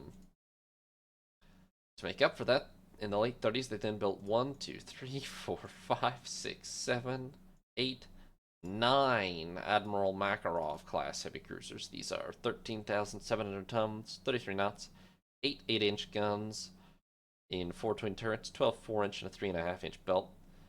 These are fast, a little under armored, and sort of normally armed, which basically means a little below par in this world. They're pretty standard heavy cruisers. They don't have super glaring flaws. They're not terrible. They're not that good either. They're definitely the mainstay of the Russian heavy cruiser force, though, clearly. They then followed that up with 4 Admiral Yumashevs in 1940. These are 13,000 tons, 32 knots, 10 8-inch guns in 2 twin, 2 triple turrets, and a 5.5-inch belt. These are just all-round better, and they'd probably have been better off if they built more of them. But these are fast, not quite as fast, but still fast, well armored, and have a somewhat heavier armament that will make them a little more competitive with everything else. So if I were them, I'd much rather have a huge pile of these, but, well, you only have 4 to 9, right? So, yeah. The Admiral Makarovs are a lot more common. Then they built 2 Orphys in 45. These are 13,300 tons, 32 knots, 10 8-inch guns, and 2 twin, 2 triple turrets, and a 3.5-inch belt. These are pretty similar, but oddly, they are less armored by 2 inches while being 300 tons heavier. So I'm not sure what they changed to achieve that, but it doesn't really seem like an improvement. Maybe they're longer ranged or something, though. And that's the extent of their heavy cruiser force. So they don't have any real monster heavy cruisers. The Admiral Makarovs and Yumashevs are pretty much the mainstay design types. Which they're not bad, but they're not spectacular either. Then France has a much more limited force of 10 heavy cruisers, amounting to 193,000 tons. These being Montcalm of the Dessay class from the late 20s. This is a 13,000 tonner, 32 knots, 6 8-inch guns and 3 twin turrets, 12 5-inch, 6 3-inch, and a 4-inch belt. Still fast, still acceptably armored, but very, very weakly armed, ultimately, and pretty much just inadequate. Honestly, not even well armed even when she was built, but pretty hopeless in 1950. They then built 4 Amiral Scharners, which are 12,900 tons, 32 knots, 6 8-inch guns and 3 twin turrets, 12 5-inch, 8 3-inch, and a 5.5-inch belt. Fast, quite well armored, but still very inadequately armed, so I would call these pretty rubbish as well. 6 8-inch guns is just not enough to be competitive with other heavy cruisers, and there's quite a lot of light cruisers that on just sheer volume of gunfire could probably overwhelm these, at close range especially. And then they built nothing for 10 years until finally building the 2 Klebers in 45. These are 14,200 tons, 32 knots, 12 8-inch guns in 4 triple turrets, 16 5-inch, and a 4.5-inch belt. Fast, pretty well armored, pretty well armed. These are a huge improvement. They have literally double the firepower of the previous 5 ships. And yeah, they're pretty modern and pretty nice all around. Not monstrous, but quite nice.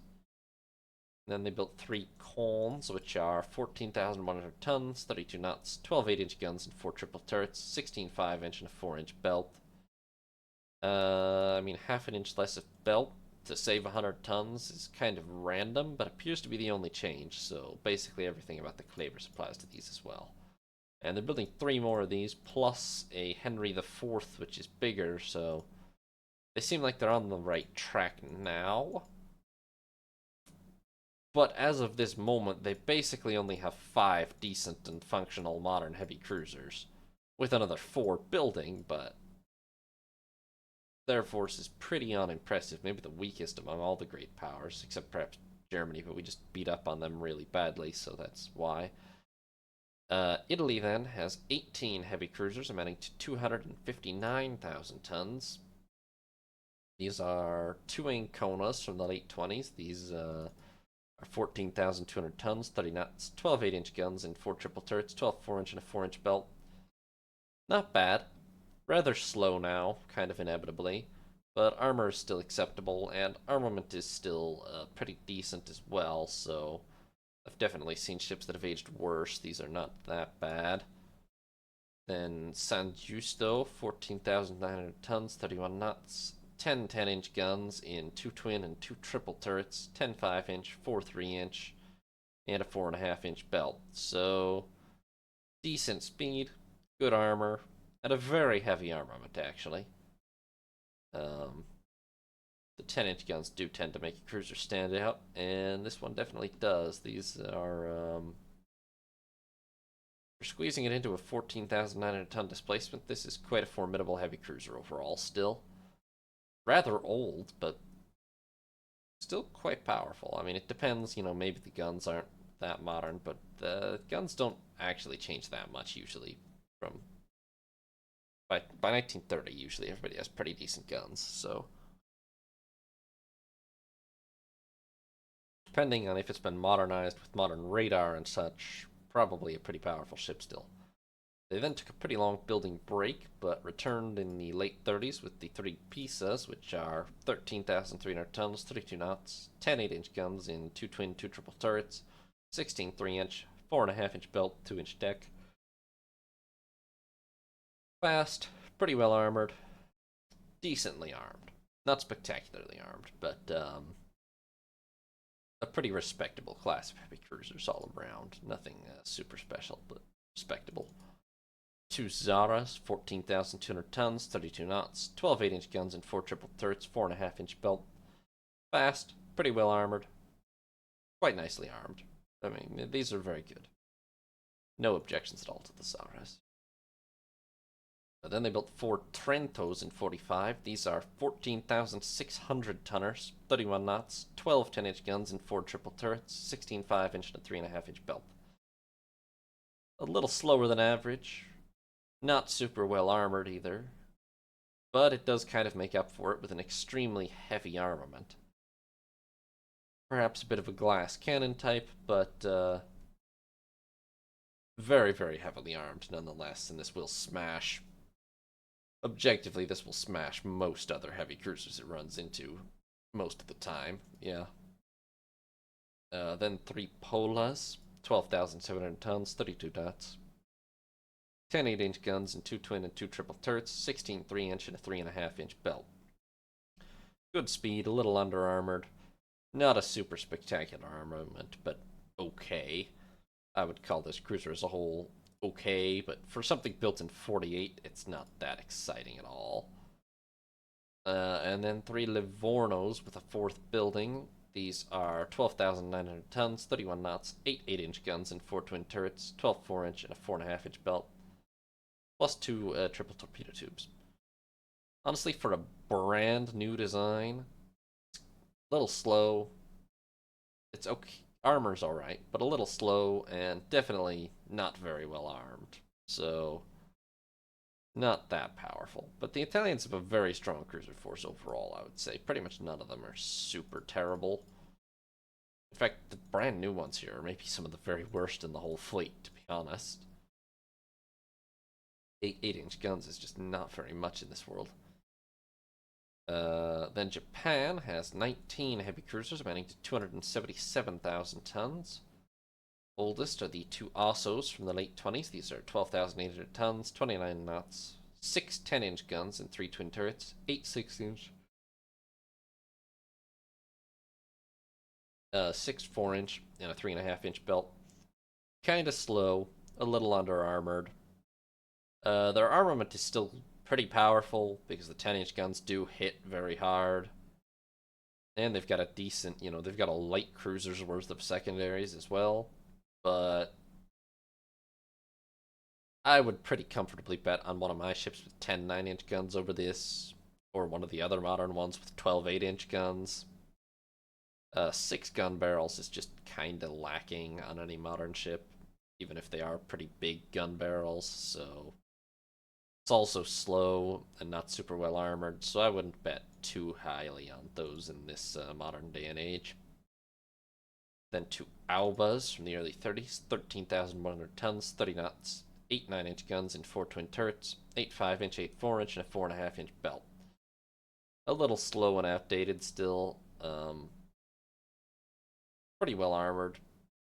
Very acceptable armament. 8 9-inch is pretty decent upgrade on 8-inch, so probably equivalent of at least 10 to 12 8-inch. So yeah, quite a nice crew. A little slow. Same as my suffix.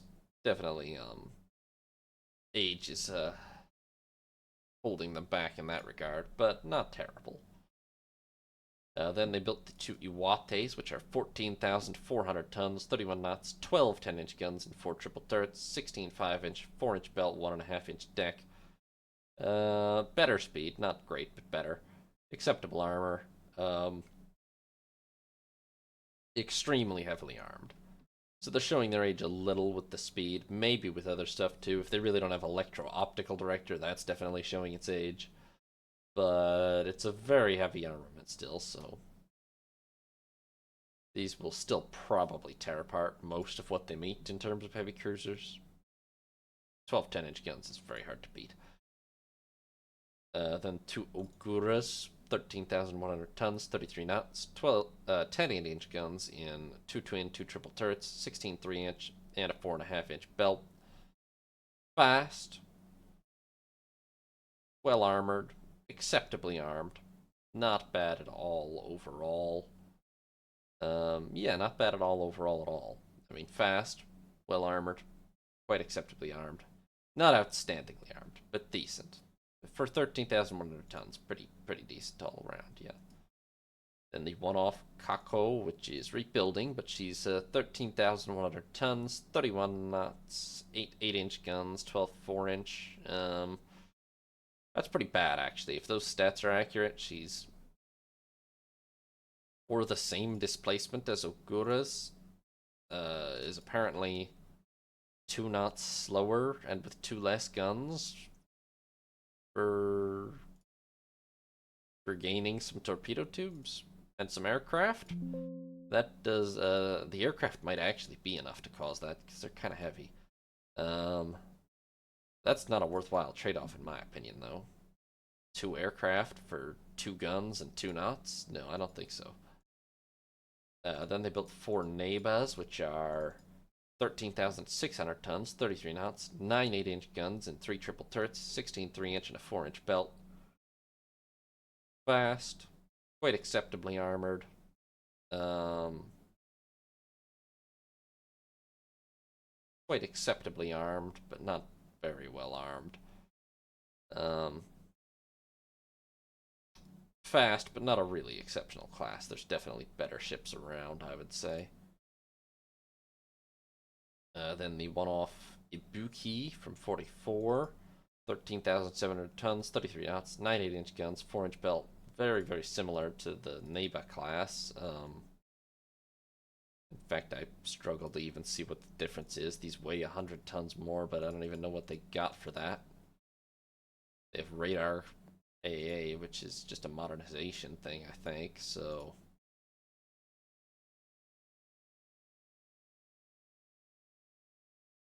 I mean, Ibuki's maybe slightly better just because of that, but there's not much to pick from between the two of them. Navis could certainly be refitted with radar AA. Then the one-off Chokai, 14,700 tons, 32 knots, 12 8-inch guns in 4 twin turrets, no, 4 triple turrets, 16 5-inch and a 4.5-inch belt. Fast, well armored, quite respectably armed. You almost expect more for 14,700 tons, but it's definitely not bad at all. Pretty respectable design. It's got the aircraft as well. Then 2 Mogamis. These are 14,200 tons, 31 knots, 12 8-inch guns in 4 triple turrets, 16 5-inch and a 4-inch belt. Reasonable speed, but not great. Acceptable armor. Pretty good armament. These aren't that great, but they're pretty functional heavy cruisers. There's not actually that much variety in heavy cruiser design at the moment, it looks like. Then 2 Suzuyas from the same year. These are 13,100 tons, 32 knots, 8 8-inch in 4 twin turrets, 12 4-inch, and a 4-inch belt. These are pretty much your absolute 2 triple torpedo tubes as well. But these are pretty much your absolute bulk standard heavy cruiser for the most part. 32 knots, 4-inch belt, 8 8-inch guns. That combines to put them at good, acceptable, and kind of bad on the armament side. So many ships have more than 8 8-inch that 8 8-inch that it's just not that impressive in this world, really. And they are building a 20,000 tonner now, Kumano, so we'll see how that turns out. And then, as you'd expect, the absolute largest heavy cruiser force in the world belongs to the United States, which has 25 for 394,000 tons. These are the 3 remaining Pittsburghs from back in the day. These all saw combat against us. I forget if we actually sank any in that war, but they saw combat against us. These are 14,500 tonners, 30 knots, 10 10-inch guns, and 2 twin 2 triple turrets, 10 5-inch, 4 3-inch, and a 4.5-inch belt. These were real monsters back in the day, and they're still not bad. They're a little slow now. Armor is still good, though, and armament is still quite powerful as well, so these are probably showing their age by now at 20 years old, but are more than. But they're definitely still pretty dangerous cruisers. They followed that up with 6 New Orleans class in the mid-30s, 13,100 tons, 32 knots, 10 8-inch guns in 2 twin, 2 triple turrets, 16 3-inch and a 3.5-inch belt. These have a good speed, but a little bit weak armor and not a super impressive armament, really. Okay, but it's got that little boost from 8-inch at least, but not super impressive by any means. Definitely below average still. Then they built 2 Rochesters in 41. These are 14,900 tons, 30 knots, 12 10-inch guns in 4 triple turrets, 16 5-inch and a 4-inch belt. A little slow. Armor good, but nothing special. Firepower, however, very, very impressive. So trading off speed in order to gain firepower is dangerous when you're in a cruiser design. But it's still a very, very powerful ship against other heavy cruisers for sure. It's just the question of battle cruisers potentially being faster than her. Then we have the 6 Charleston class. These are the budget alternative. 13,100 tons, 33 knots, 8 8-inch guns and 4 twin turrets, 12 4-inch and a 3.5-inch belt.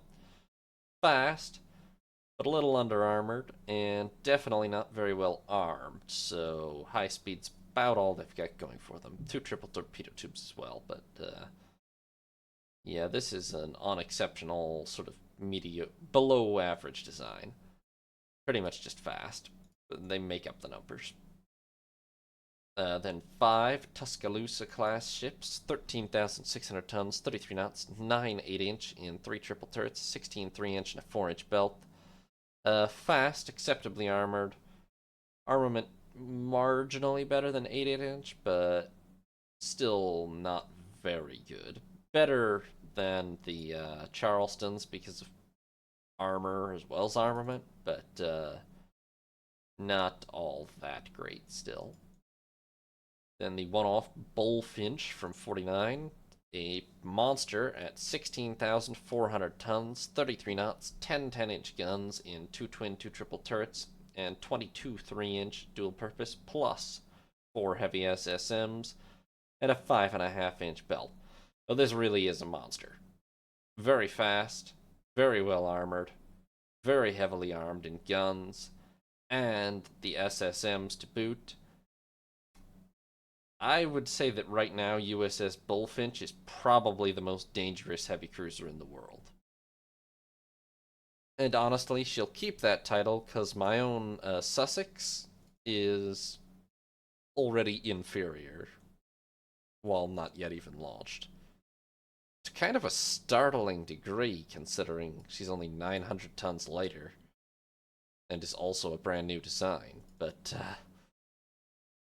yeah, USS Bullfinch here is very, very dangerous looking. I'm quite impressed by this. And they followed her with 2 San Juans and 3 more of the class building.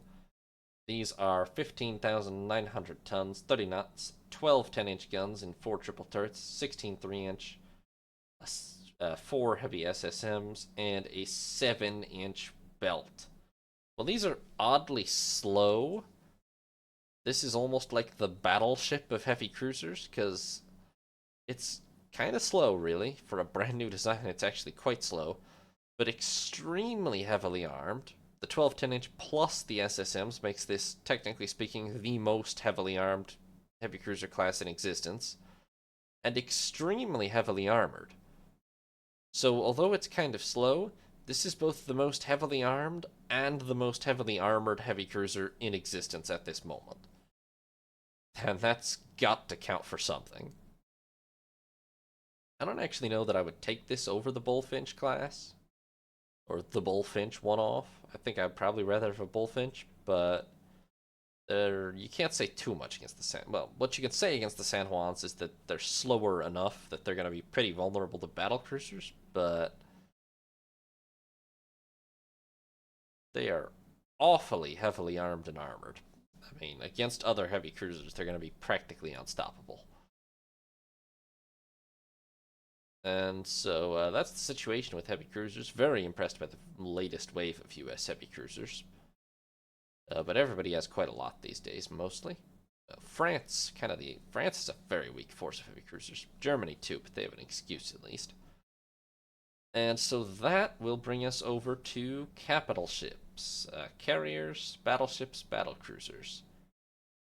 Although we'll start with the light carriers, but I'll fold them in with the carriers proper. All right, let's start with the carriers. Those are pretty prominent now. I would say it looks like across the world, fleet carriers do now outnumber battleships, although not battleships and battlecruisers combined yet. Although light carriers probably combined with carriers outnumber them, but that doesn't entirely count. So starting with Spain. Spain has a pretty minimal carrier fleet, 2 fleet carriers for 77,000 tons, and 3 light carriers for 68,000 tons. The light carriers, they also have an aviation ship with 24 aircraft on it, actually, apparently. I would assume non-jets, but nonetheless. So their light carriers are 3 different ships. Don Juan de Austria from 1932, 13,500 tons, 30 knots, 8 4-inch guns, 2.5-inch build, 32 aircraft. Pretty typical functional light carrier, 32 aircraft, 30 knots. Nothing special there. Castellon, 10,800 tons from 37, 28 knots, 8 6-inch, 8 4-inch dual purpose, and 33 aircraft. Carries a good number of aircraft for her displacement, but kind of on the slow side for a carrier, so. And has a 6-inch gun armament, which is just weird, so I wouldn't call this one great. And then most recently, they have. It also says 15 there. That might be post-jet conversion, or it might just be wrong. And then most recently, they've built Segovia, which is 15,100 tons. 27 knots, 12 3-inch guns, 2-inch belt, and 29 aircraft. Not a whole lot of aircraft for her size, unless they're jets, and that's going to be the confusing thing about this whole, about all the carriers right now, is it's not necessarily clear whether they're fitted out for props or jets, but I think this is almost certainly prop aircraft, although I see images of what appear to be jets, but never mind it. Probably prop aircraft. A little slow also, so not a great light carrier. Fleet carriers, they have Zaragoza from 1929, 17,000 tons, 27 knots, 16 5-inch guns, 1-inch belt, 47 aircraft. A lot of aircraft for the displacement, but thinly armored, slow, and those aren't even dual-purpose main guns, so a pretty outdated carrier, really, at this point. And then much more recently, they have Caceres from 45, 24,400 tons, 31 knots, 16 5-inch dual-purpose guns, radar AA, 1.5-inch built 50 aircraft. Much faster, much nicer in that regard. Actually decent AA, and a reasonable complement of aircraft. So this is a pretty okay modern carrier, but not a large one. So overall, it's a pretty small carrier force. They are building the much larger, as well as the second Segovia, and a slightly smaller carrier, Cuenca. They are building a much larger 36,000-tonner Barcelona, but not finished yet. Germany now has a pretty damn potent carrier force. In fact, there's 7 carriers for 429,000 tons, plus 7 lights for 155,000 tons, are pretty much easily the majority of their remaining fleet tonnage at this point. They have Graf Zeppelin from lights first. They have 3 Vasers from 27. These are 14,200 tons, 30 knots, 6 5-inch guns, 3-inch belt, 30 aircraft. Still fast and carry a decent number of aircraft for their size. Their AA is now pretty outdated. I do see that Varno has been refitted for jet operations, presumably. She has radar-guided AA as well, but still not dual-purpose guns.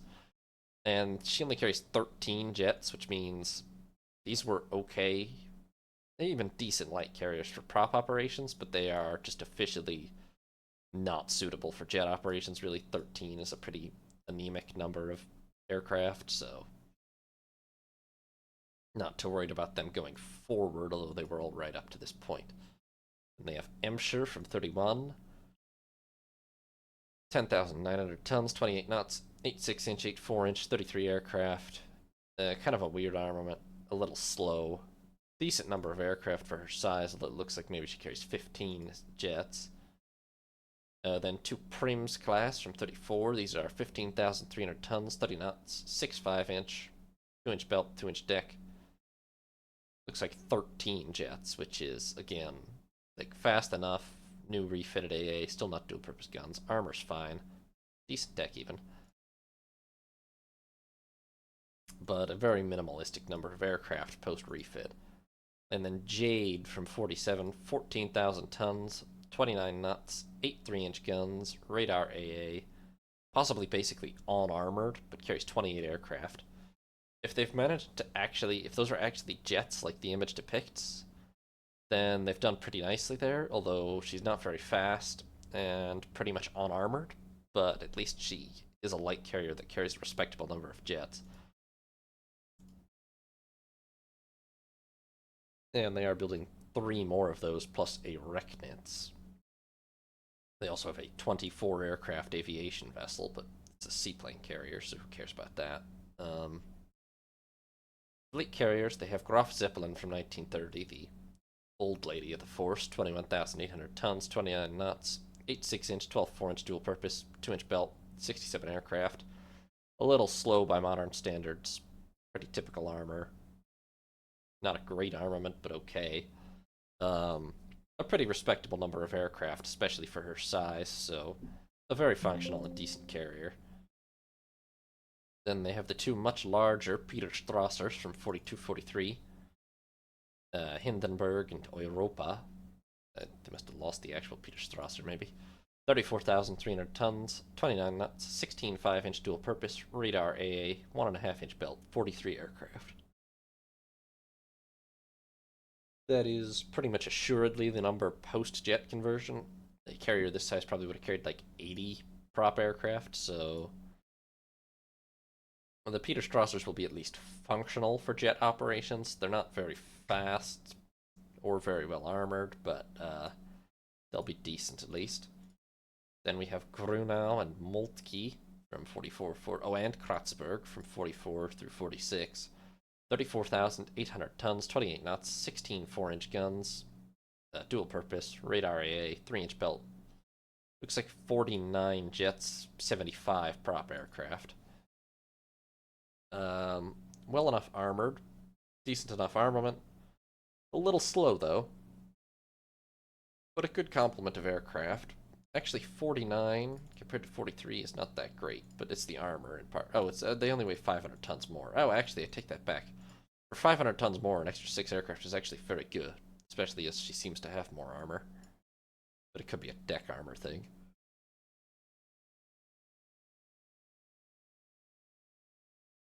And then just completed, they have Vokkerode, 46,900 tons, 29 knots, 16 3-inch guns, radar AA, 2.5-inch belt, 58 aircraft. Still not that fast, but okay. Reasonable armament, reasonable armor, and a pretty good load of jet aircraft. Although an extra 10 for 10,000 tons is actually not that great, but if the model's to be trusted, she doesn't have an angled flight deck yet either, although that doesn't always generate properly, so. Pretty decent. Pretty respectable carrier. I mean, this is the most formidable carrier in their fleet for sure, just I'm not sure about the expense relative to her size. But they're building 4 more of them, so Horstdorf, Darflinger, Vindeck, and York, so that's going to be their mainstay for the foreseeable future. Austria-Hungary has the weakest carrier fleet in the world, consisting of just 1 fleet carrier and 2 lights for 26,000 tons. They also have a 24 aircraft seaplane carrier. The lights are Muve and Gior from 44-47, 13,000 tons, 31 knots, 8 5-inch dual purpose, 2-inch belt, 15 aircraft, sort of an older AA armament, non-radar. Fast enough, probably converted to jets because that's a very small number of aircraft, and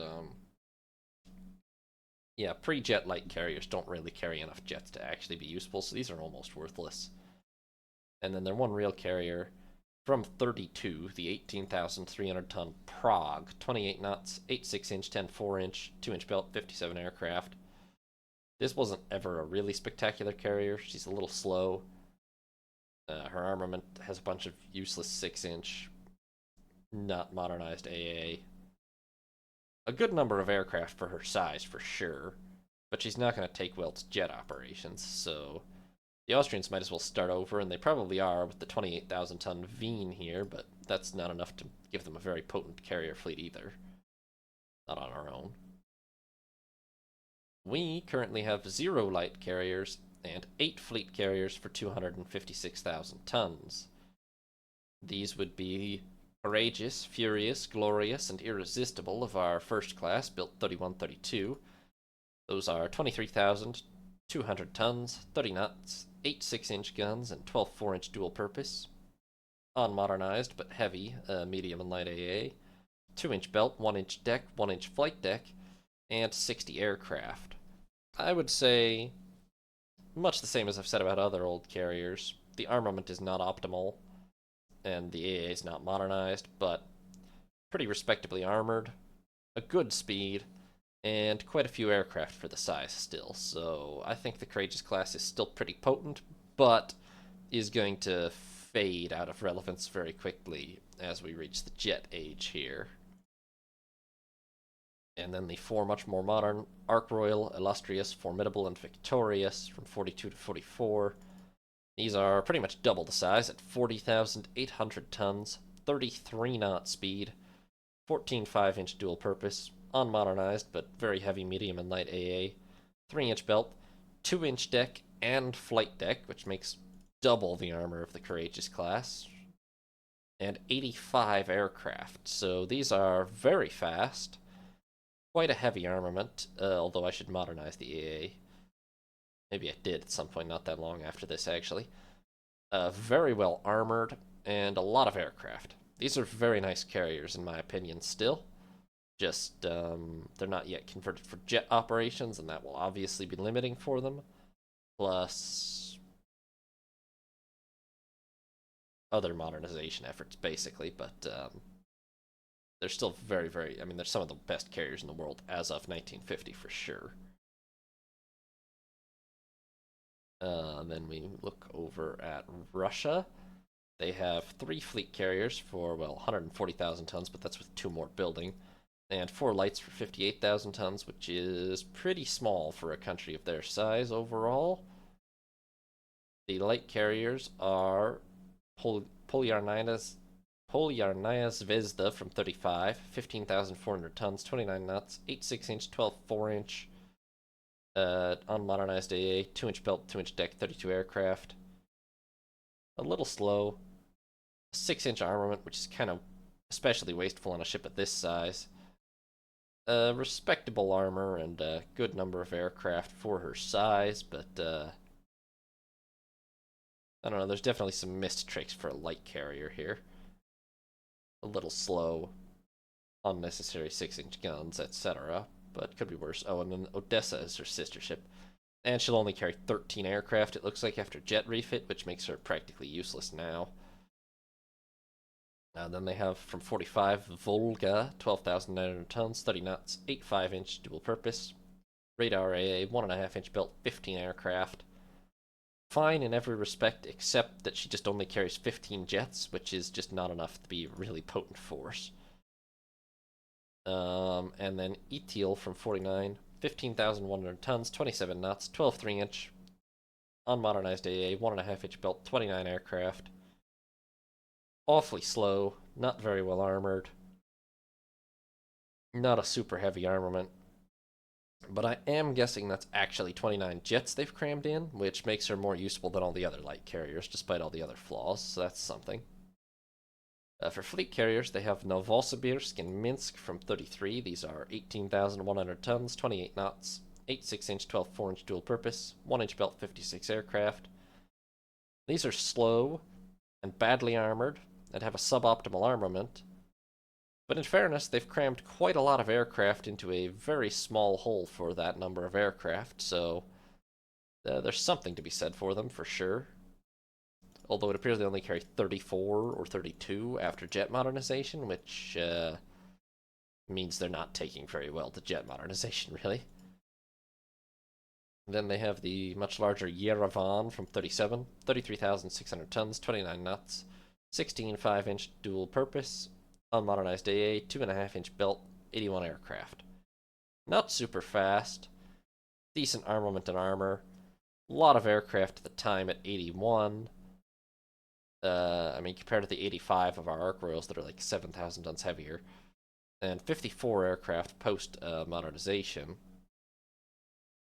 So a pretty heavy aircraft load, but still a little slow. Not super well armored, probably. Not a super heavy armament. And they're building Baku and Leningrad, which are a new 35,000 ton class, which apparently are planned to carry 67 aircraft, probably jets. So that'll be something. France has a much larger force of 7 fleet carriers for 219,000 tons, and 7 light carriers for 103,000 tons. The light carriers, they have armada from 29, 15,500 tons, 30 knots, 6 5-inch, radar AA, 2-inch belt, 13 aircraft. Fast enough, decent-ish armament, not dual purpose still. But 13 jets is pretty inconsequential, and the same fate will befall a lot of these. Dixmude and Protector from 30, 11,000 tons, 28 knots, 8.6-inch, 8.4-inch, unmodernized AA, no armor, 33 aircraft. A little slow, weird armament. Unarmored, apparently.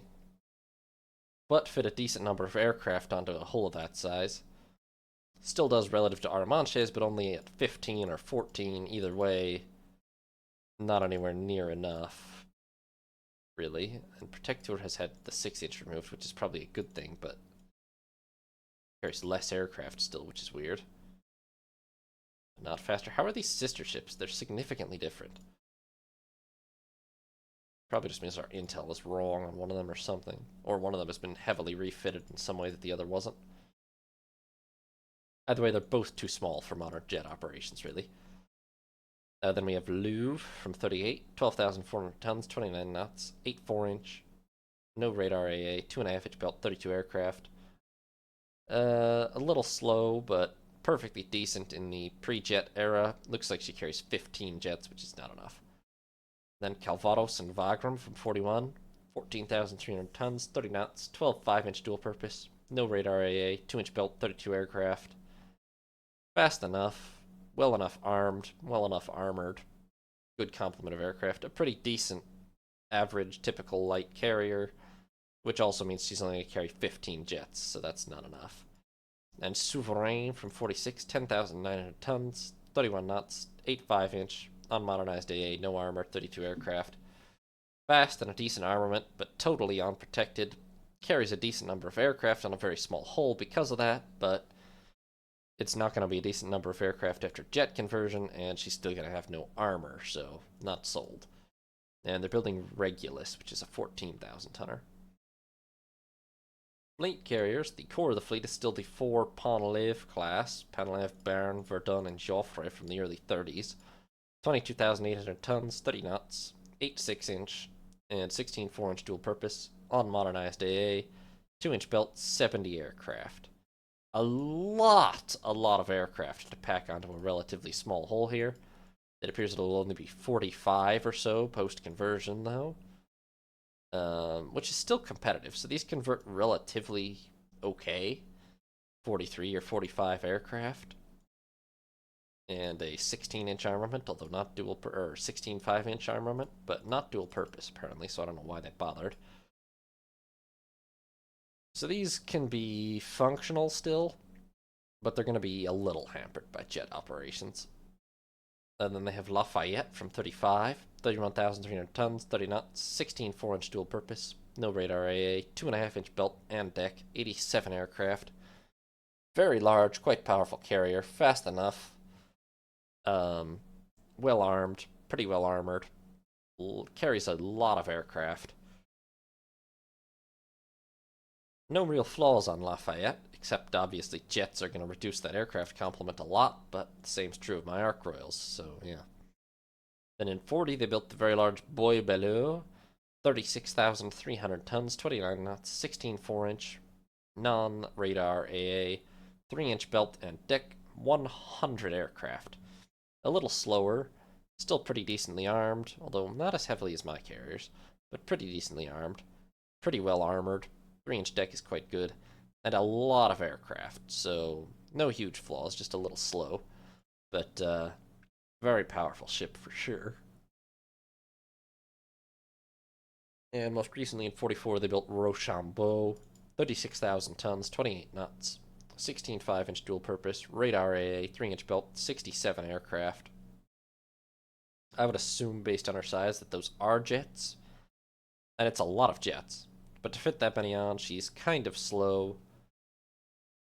Decent armament, good armor, probably, depending on the deck. So not a bad jet design at all. Carries a lot of jets, in fact, if that is what she's carrying, but probably. And that just leaves the biggest three. Italy have a very small force of 3 carriers for 73,600 tons and 2 light carriers for 29,700 tons. Makes sense given their geography, but it's still a very small force.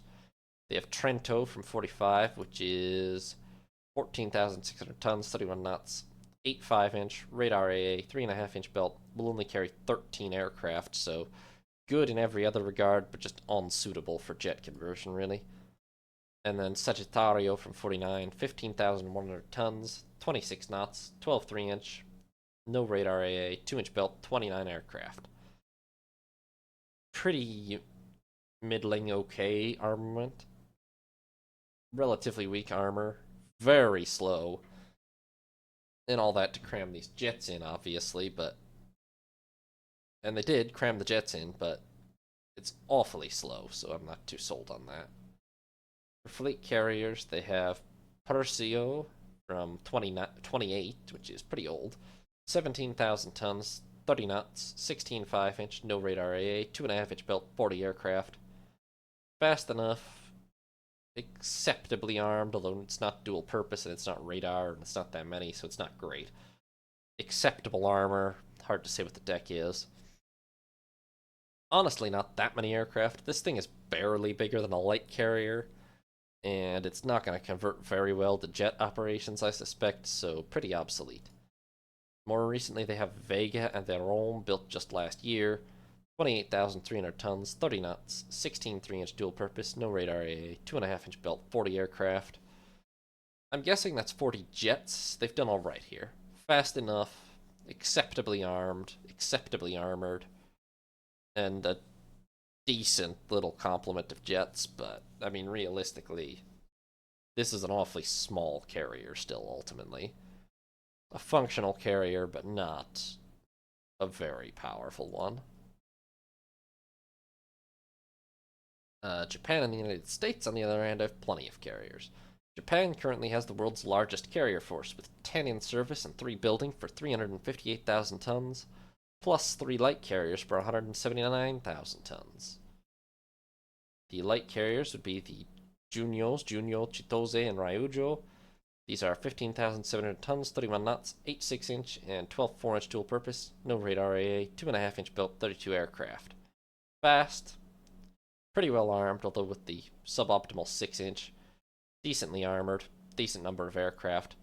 A very nice class of light carriers, except for the fact that they can only carry 15 jets, which is going to make them obsolete now. Then Shinyo, Kaio, Chuyo, and Unyo of another class built in 1930 just afterwards.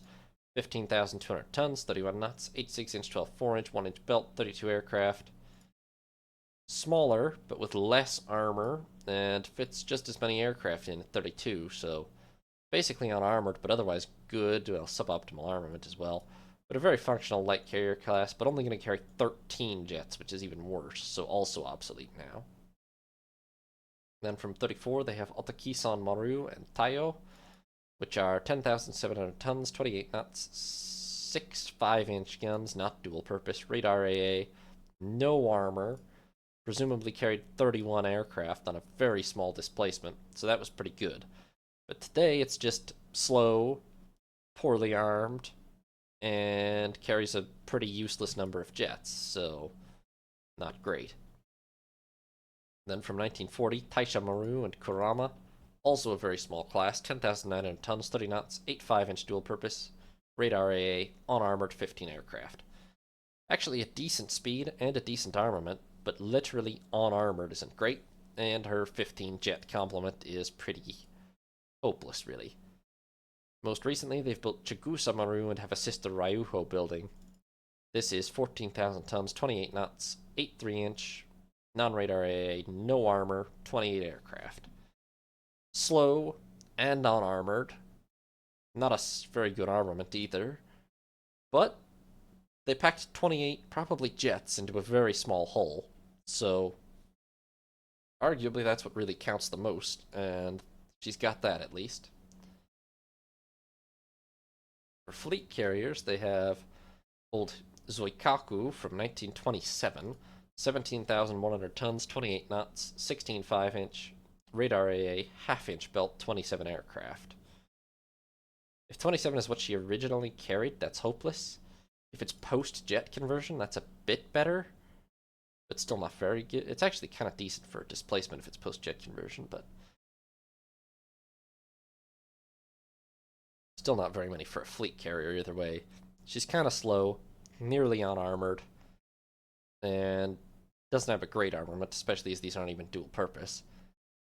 Even if it is 27 jets, she's pretty dang obsolete at this point, I would say. Then they have Shinano from 35, 21,500 tons, 31 knots, 12 4-inch dual purpose, non-radar AA, 1-inch belt, 71 aircraft. Fast, pretty reasonably armed, lightly armored, but carries quite a lot of aircraft for her displacement, so not a bad ship necessarily, just kind of lightly armored. Then another one-off, Hosho from 41, 30,800 tons, 30 knots, 16 4-inch dual purpose, non-radar AA, 2-inch belt, 73 aircraft. Notably, barely carries more aircraft than Shinano, despite being a lot heavier, but faster, better armored, significantly better armored, and heavier armament as well. Looks like she'll carry 47 jets, which is decent, so Hosho is still a functional carrier today. Yeah, not bad. Then they have Unryu, Hakuryu, Uryu, Katsuragi, and Hio, a 5-ship class built 45 to 47. These are much smaller again, 23,900 tons, 31 knots, 12 4-inch dual purpose, radar AA, 3-inch belt, 49 aircraft. It appears that it was 75 before conversion, so 49 is the post-conversion capacity. They're fast enough, well enough armed, well enough armored. It's not a huge jet carrier, but it's actually a pretty dang good one for the displacement. So the Unryus are going to do alright. And then they have Taiho from 47, 27,700 tons, 30 knots, 16 3-inch dual purpose, radar AA, 3.5-inch belt, 48 aircraft. Fast enough, pretty decently armed, quite well armored probably, although the deck matters more. And a decent little complement of aircraft, notably less than the smaller Unryus, but I suspect that's because of better armor and mostly better armor, to be honest, which just depends on what the difference in deck actually is, but it's not a terrible design. And most recently, they've completed Amagi, head of a class with Jinryu, Suryu, and Kuryu, but the other three aren't finished yet. 35,500 tons, 30 knots, 16 3-inch dual purpose, radar AA, 2-inch belt, 65 aircraft.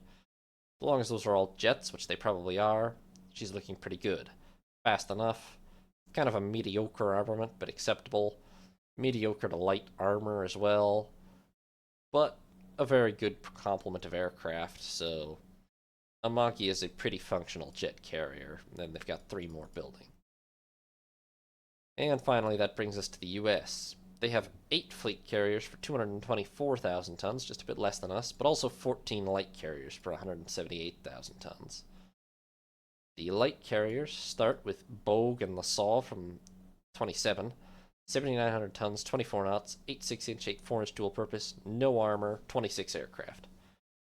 A pretty impressive number of aircraft for how small they are, but wasting a lot of space on the 6-inch guns at that displacement. and also just incredibly slow and literally unarmored. Not going to take the jet operations at all either, so these ships are highly obsolete. But they are a decent aircraft launching platform. They're just very slow and unarmored, so they are pretty much sitting ducks to retaliation. Then Copahy Card in Breton from 31 to 33, 14,500 tons, 30 knots, 8.6 inch, 8.4 inch dual purpose, non-radar AA, 1 inch belt, 32 aircraft. Fast enough, decent armament, but still wasting a lot of space on 6 inch guns. Pretty flimsy armor, but carries a decent number of aircraft. However, it's going to be 13 jets, so they're basically obsolete now. Then Core, Barnes, and Altamaha from 36 to 39. These are 10,500 tons, 28 knots, 8.6 inch, 8.4 inch dual purpose, non-radar AA, unarmored, 33 aircraft. Kind of slow, wasting a lot of space on 6 inch guns, and literally unarmored. But a decent aircraft complement, quite good for their size. However, it looks like it'll only be 14 to 15 post-jet conversion, which is not going to cut it. Then from 40, Chenango and Monterey. These are 10,600 tons, 30 knots, 4.5 inch and 12.4 inch dual purpose, non-radar AA, no armor, 31 aircraft. Fast enough and pretty decently armed, but no armor, and another class that's only going to carry like 14 jets or something, so was okay, but not so much now. Then from 45, 46, they have Monterey, Long Island, Block Island, and Croatan. These are 12,900 tons, 30 knots, 8.5 inch dual purpose, non-radar AA, 2 inch belt, 32 aircraft. Decent speed, mediocre but acceptable armament. Same with the armor. And a respectable number of aircraft, although probably not jets. And yeah, it looks like 15 jets, which is not going to be acceptable, so pretty much all of their current light carriers are about to be pretty fully obsolete due to jet operations. Maybe the brand new one, Fanshawe Bay, a 15,000 tonner, will be acceptable.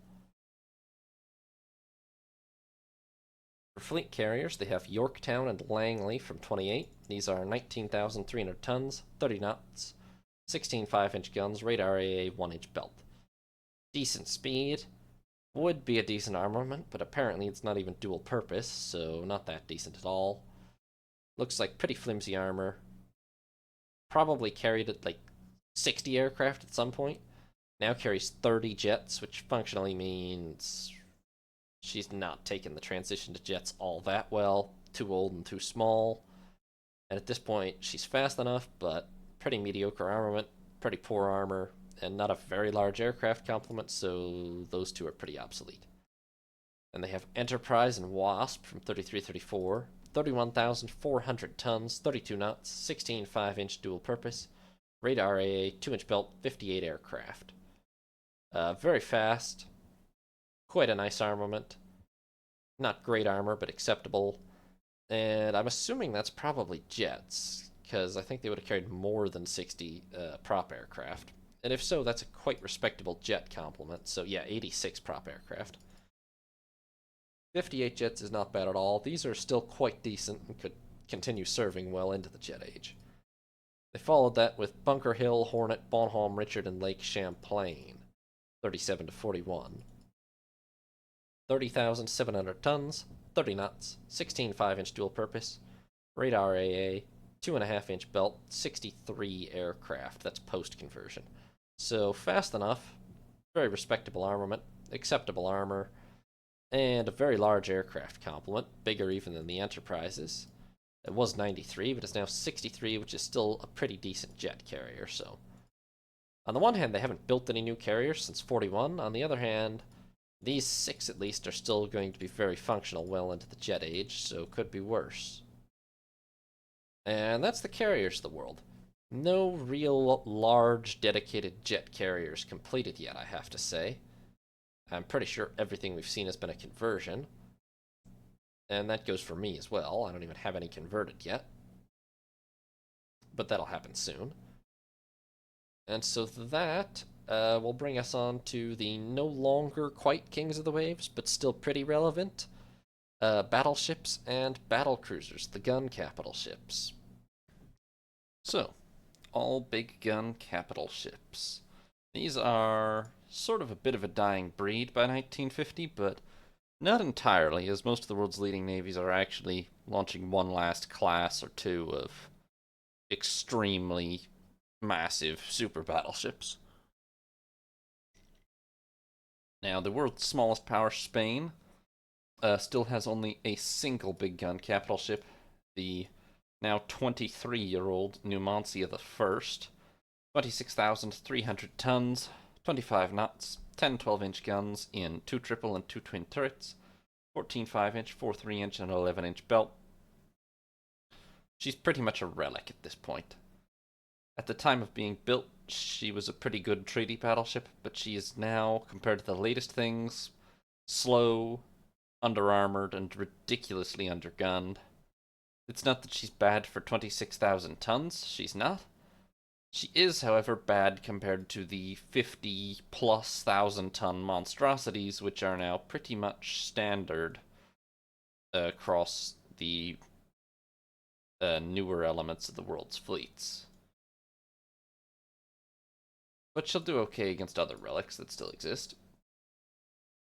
Germany, due to the recent war losses, is down to one single operational battlecruiser, SMS Von der Tann of the Bismarck class, 45,100 tons, 30 knots, 8 17-inch guns in 2 quadruple turrets, 16 6-inch, 10 3-inch, and a 12-inch belt.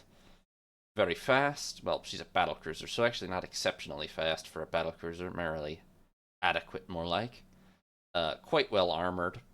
Quite well armored for a battlecruiser, yeah. Her deck is like 5 inches or something, I believe we noticed in the war. And extremely heavily armed also. I feel like having only 2 turrets should be a bit of a weak point, but it didn't really feel that way when we were fighting the Bismarcks in the recent war, so... I mean, Von der Tann is personally responsible for helping to sink at least our 2 battlecruisers extensively. And, well, mostly that, because she didn't score that many other hits, but, she survived pretty substantial damage at least once, and, we sank the other 3, but they were a bit of a nightmare. These are very powerful battlecruisers. Austria-Hungary actually has a whole fleet of big gun capital ships still. The oldest is their sole battleship, Habsburg. She's only 26,100 tons, 27 knots, 8 12-inch guns in 2 triple and 1 twin turret, 14 6-inch, 6 3-inch, 13-inch belt, and 3-inch deck. She's another relic of the treaty era, I believe. She's got adequate armament for a treaty ship, quite fast, and quite reasonably armored. The only problem is that she is no longer fast, and is pretty much horrifically armed and armored by 1950 standards. So she's hopelessly obsolete, really. They also have the battlecruiser Tyrol from the treaty era, 26,000 tons, 29 knots, 7 12-inch guns in 1 triple and 2 twin turrets, 10 6-inch, 14 4-inch, 11.5-inch belt, 3-inch deck. Again, well armored and fast for a battlecruiser of her era. Not super well armed. But now, kind of on the slow side for a battlecruiser. Not hopelessly so, that's aged alright. But definitely not enough deck armor, and a pretty much pathetic armament by modern standards. So, also hopelessly outdated. However, what they do have is the very recently built 3-ship Dalmatian class, Dalmatian, Böhmen, and Bonnet. These are 44,500 tons apiece, 31 knot speed, 12 14-inch guns in 4 triple turrets, 14 5-inch, 24 3-inch dual purpose, 11.5-inch belt, unknown deck, but we can assume pretty substantial. And these are, they're fast, they look to be pretty well armored, and they have a fairly potent armament. Their armament is definitely the weak point. It's a lot of gun barrels, but a lot of the latest battlecruisers being built have at least 15 to 16-inch guns, if not 17 or 18-inch even. So 14-inch is really kind of on the small side for a ship of 44,000 tons. That said, these are a huge upgrade on anything we've seen from Spain or Austria-Hungary previously, and are pretty potent ships, especially if they've managed to build 3 of them. Which, I mean, the largest powers have more battlecruisers than that, but not most. That's a pretty competitive force, actually. We currently have 0 battlecruisers after our losses in the war, and are dependent currently on a force of 4 battleships, with 2 more building for 321,000 tons. We have the Revenge and Redoubtable from the late 30s. These are 45,400 tons, 27 knots, 9 16-inch guns in 3 triple turrets all forward, 24 5-inch, 14-inch belt, and 5-inch deck. And these are... Sadly, didn't see that much action in the war, but at least not Revenge, did Redoubtable. 2 stars. We had real trouble getting them into action against the Bismarcks a lot of the time. But these are pretty well armed, pretty fast, pretty well armored. They maybe not stand up to the very latest ultra massive battleship designs, but they're still very, very potent. There are some out there that are faster, but they're still decently fast. They still have enough guns to definitely pack a punch, and nobody's laughing at a 5-inch deck either, so they're not too bad. That said, they were followed by the 48,200 ton Resolution and Royal Oak, which 27 knots, 9 16-inch guns, 3 triple turrets all forward, 24 5-inch. Almost identical, except these have a 6-inch deck for even more armor. Now, I think that is literally pretty much the only change. Maybe there were some slight internal modifications. But otherwise, this is almost a 4-ship class with just minor variations. This one did manage to see more action in the war, and kind of got her ass kicked in this battle. But they all 4 of them survived the war, where most of our other capital ships didn't. And I wouldn't actually say they fared that spectacularly well, but they're still very potent battleships, and they will stand up to the vast majority of what's around in the world. That said, we are now building HMS Albion and Ocean, although I renamed her Caledonia later. These are 67,000 ton ships, 30 knot speed, 8 18-inch guns in 2 triple and 1 twin turret, 24 5-inch, 23-inch, all dual purpose, radar directed AA, 14.5-inch belt, and 6-inch deck. These are pretty much as fast as most battlecruisers. They are exceptionally heavily armed and extremely well armored. There's pretty much nothing in the world that's more powerful than these. Certainly not at the moment they were conceptualized. There are more powerful ships that certain powers have started to build now, but these will be pretty much some of the most powerful battleships in the world when finished. Then that'll bring us over to Russia. They currently have 2 battleships plus 1 building for 126,000 tons, and 5 battle cruisers plus 1 building for 371,000 tons. Now they have 1 old battleship from, I think, the treaty era, Yuan's Latust. 24,200 tons, 26 knots, 6 12-inch guns in 3 twin turrets, 18 5-inch, 4 3-inch dual purpose, and a 13-inch belt. She was bad even when built, considering she only has 6 guns, and she's pretty awful now. Rather on the slow side for a modern battleship. Under-armored for sure, most likely especially in the deck as compared to the belt, and pathetic armament, so kind of hopelessly obsolete. And then from 34, they have the Alexander Nevsky, 38,300 tons, 27 knots, 9 16-inch guns in 3 triple turrets all forward, 14 6-inch, 10 3-inch, and a 13-inch belt. A pretty reasonable speed for a modern battleship, a pretty reasonable armament for a modern battleship. I suspect she's a little under-armored, very possibly more in the deck than the belt, but definitely not a terrible battleship, but pretty competent modern, 30s battleship. They are also building a massive 64,000 tonner, but she's not finished yet.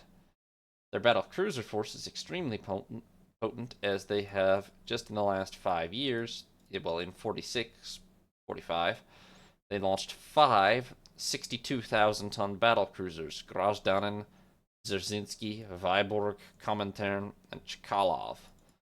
These are 62,000 tons, 30 knots, 12 17-inch guns in 4 triple turrets, 18 5-inch, 14 4-inch, and a 13-inch belt. As battlecruisers, these are extremely potent. They're very heavily armed. Only middling fast. You could build a battlecruiser to be faster than that, honestly. Considering my battleships are that fast now. But they are very heavily armed. Fast enough. I suspect armor is probably their weakest point, but at 62,000 tons, I doubt the armor is all that bad. It depends what the deck is. But it definitely doesn't look too bad. If anything, the biggest weakness probably is that they're barely faster than battleships. If at all. Considering I have 30-knot battleships now. But battleship and battlecruiser design are converging pretty heavily by now. And that's 5 very potent capital ships right there. They're building another battlecruiser as well, the 61,000-ton Novorossiysk. And then France has 7 battleships for 214,000 tons and 3 battlecruisers for 125,000 tons. 2 of their battleships are the old Republiques from 28-29. Gaulois and Bouvet. These are 24,200 tons, 25 knots, 10 12-inch guns in 2 twin and 2 triple turrets, 14 5-inch, 4 4-inch, radar AA, so modernized heavily, 10.5-inch belt in the 4-inch deck. You know, it's interesting and... What's this doing? Why is this not? It's interesting and impressive that they apparently had the foresight to put on a 4-inch deck in the 20s.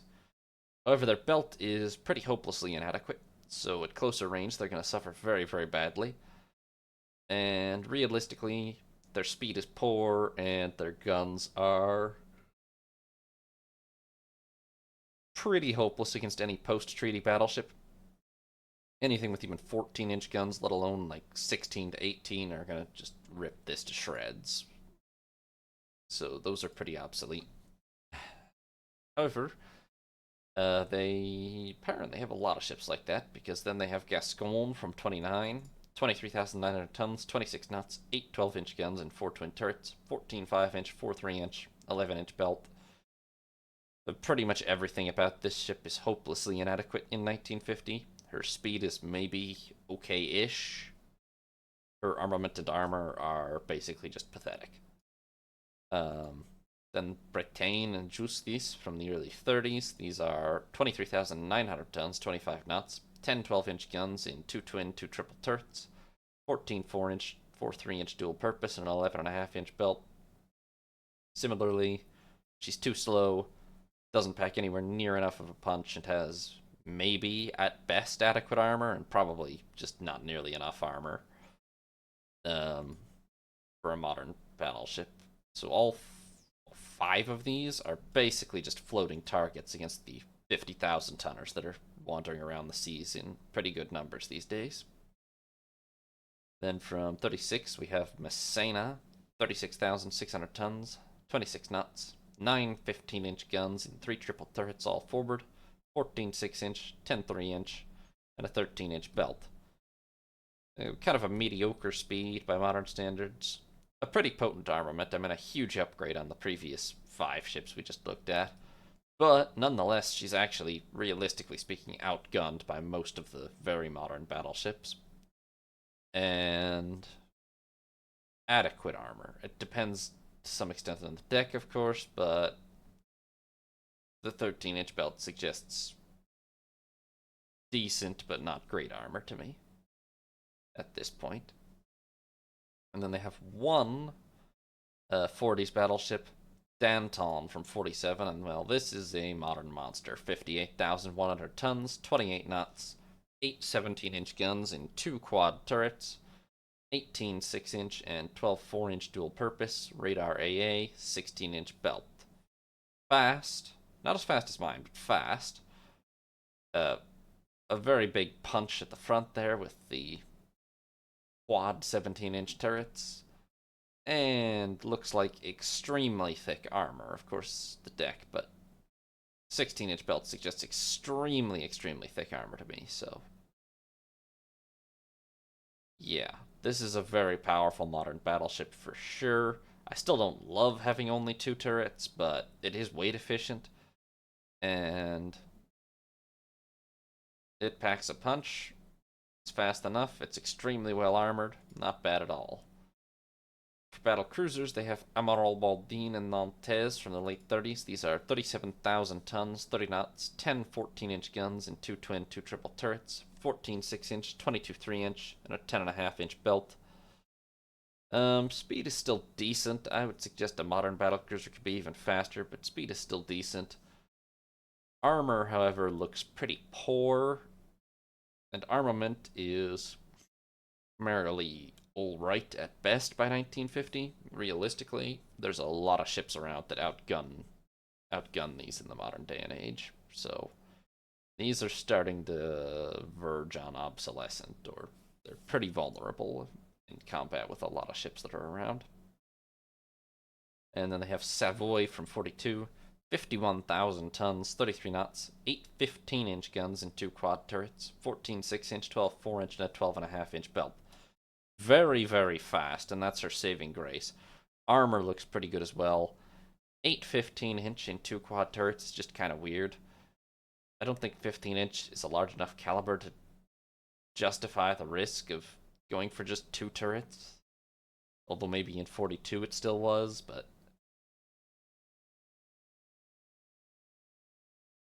I'm not too sold on it. However, it's a very fast design. Armor looks like it's pretty decent for a battlecruiser, and guns aren't that bad, just a little on the weak side now. Because of both layout and just caliber at this point. Then go over to the big 3. Italy. Italy has 2 battleships amounting to 102,000 tons, and 11 battle cruisers amounting to 426,500 tons. For battleships, they have the Impero from 33. She's under rebuild, but she's a 40,000 tonner, built immediately post-treaty. 25 knots, 9 16-inch guns, 14 6-inch. Sorry, I'm trying to get the pop-up to appear here. Usually there's a little, yeah, this, but okay, well, that doesn't want to exist for that one. 9 16-inch, 14 6-inch. I mean, I can't see the details, but we can take guesses. 25 knots is not very good for a modern battleship. 9 16-inch guns is quite adequate. I would guess from the year that they're probably 3 triple turrets all forward, but it's hard to be sure. Armor is also hard to guess at, but just based on mass alone, I would suggest it's a pretty well-armored battleship, actually. She's a little slow, but she's got a pretty decent armament and probably pretty decent armor, so I would say Impero is a pretty potent ship still, actually, most likely, without being able to see the full stats. Then for 46, we have Vittorio Veneto. 62,000 tons, 31 knots, 9 18-inch guns in 3 triple turrets, 12 6-inch, 23-inch, 13.5-inch belt. Very fast. Very, very fast for a battleship. Very heavily armed. The most heavily armed I've seen so far. Armor might be the sticking point. It's good, but I don't know how good. And honestly, just to fit all of that onto 62,000 tons, considering what I got onto 67,000 tons, less guns, less speed, I am guessing, well, there is one other thing they could have done, which is it's possible this ship is short-ranged or something, which could be a pretty big advantage for them. Excluding that, however, it's possible their deck armor is not that great. maybe 4 or 5 inches or something, which would be a weakness. Still, overall, it looks like a very, very powerful battleship, it has to be said. Just, yeah, I never went past a 14-inch belt, really. Gets a little redundant, and you have to start piling on deck armor at this point. Battle cruisers, they have Cornelio Silla and Ottaviano Augusto from 1930. These are late treaty ships, 26,800 tons, 29 knots, 8 12-inch and 4 twin turrets, 8 5-inch, 12 3-inch dual purpose, and a 12-inch belt. A little slow for a modern battle cruiser design. Armor looks pretty decent still, but armament realistically is pretty pathetic in 1950, so these are pretty obsolescent. Then they have a 5-ship class: Emanuele Filiberto, Ulpio Traiano, Giulio Germanico, San Giorgio, and Vipsanio Agrippa. These are 36,800 tons, 32 knots, 8 14-inch guns in 4 twin turrets, 14 6-inch, 22 3-inch dual purpose, and an 11-inch belt. So they're quite fast. Good armament, but not great in the modern era. And probably decent armor at best. Maybe a little on the weak side for a very modern battlecruiser, honestly. Depends on the deck, but I would call these pretty adequate battlecruisers, but not super modern ones. They're very nice for the early 30s, for the first post-treaty generation, but they're not going to stand up well against monstrosities like the Bismarcks or my own now lost Lions or other any of the 40s and now 50s ships will pretty well tear these apart still. However, they did not stop building there. In 41, they launched Conte de Cavour, 44,900 tons, 32 knots, 8 16-inch guns in 2 quad turrets forward, 16 5-inch, 10 3-inch dual purpose, and a 13.5-inch belt. Very fast, looks like very well armored, and a pretty damn potent armament, although I really question the 2-turret thing. But it seems like it works, in-game at least, for the most part. It works really nicely, I think, if you're doing the hitting, but if you start taking hits back, you can have a big risk of, you can lose half your firepower from one shot, which is really kind of bad. But this thing is very fast and quite well armored for a battlecruiser, so maybe they're not that worried about that. And the armament is pretty good too, so Conte de Cavour is definitely a big threat. They followed that with Sicilia, Claudio Tiberio, and Caio Mario, a 3-ship class. 48,000 tons, 31 knots, 9 15-inch guns and 3 triple turrets, 14 6-inch, 12 3-inch dual purpose, and a 12.5-inch belt. Fast, quite fast. Quite reasonable armament, and pretty decent armor, pretty good armor. I do question the fact that they're slower, less armored, and less heavily armed, realistically, than Conte de Cavour, despite being 3,000 tons heavier. I don't know, maybe that just means Conte de Cavour is like short-ranged and low freeboard and otherwise crippled in order to fit all that? Or they've just done something weird in the design of the Sicilias. It's pretty much impossible to say from here. Either way, these still are not that bad. They're fast. They have pretty reasonable armor by the look of it. Maybe they have a lot better deck than Conte de Cavour or something. That could also explain it. And they have a pretty reasonable armament, but their armament is not good enough to stand up against some of the very latest super powerful battlecruiser designs. Still packs a punch, though. So that'll bring us over to Japan. They have 7 battleships for 272,000 tons and 3 battle cruisers for 106,000 tons. They've focused a little more on carriers overall, but still a potent force. They have Shikishima, Iwami, and Kashima from the late 20s, early 30s. These are late treaty ships, 26,300 tons, 25 knots, 10 12-inch guns in 5 twin turrets, 14 5-inch, 4 4-inch dual purpose, 12-inch belt, and 3-inch deck. Realistically, by modern standards, these are slow, desperately undergunned, and weakly armored, so they are pretty obsolescent, yeah. But all of the treaty ships are just not good anymore by 1950, not with so many much larger ships around. Case in point, immediately post-treaty, 1 year after the last Shikishima was completed, they built Ise, Musashi, and Yamashiro, which are 51,200-ton battleships capable of 28 knots with 12 16-inch guns in 2 triple and 3 twin turrets, 14 6-inch, 16 4-inch dual purpose, and a 12.5-inch belt. These are quite fast still, actually. For the era, very fast. Still pretty decent. And extremely heavily armed. The only thing you might suspect is that maybe their armor is not all that heavy. 12.5-inch belt is definitely not spectacular. And it's hard to say what the deck is, but if it's similar, then they're maybe not that well armored anymore. But they're still pretty fast. Still not horrifically badly armored. And they still have a lot of firepower. 12 16-inch guns is enough to give pretty much anything pause. Even 8 18-inch guns. I'm not actually sure 8 18-inch guns is more stopping power than 12 16-inch. It's pretty close anyway, I'm fairly certain. They never built that big again, though.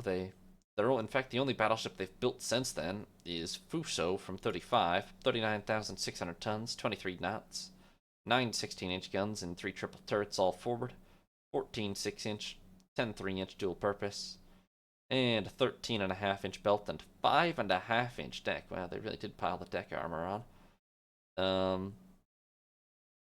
She's got a pretty good armament still, and actually quite impressive armor. If that deck measurement is true, then it's quite impressive armor.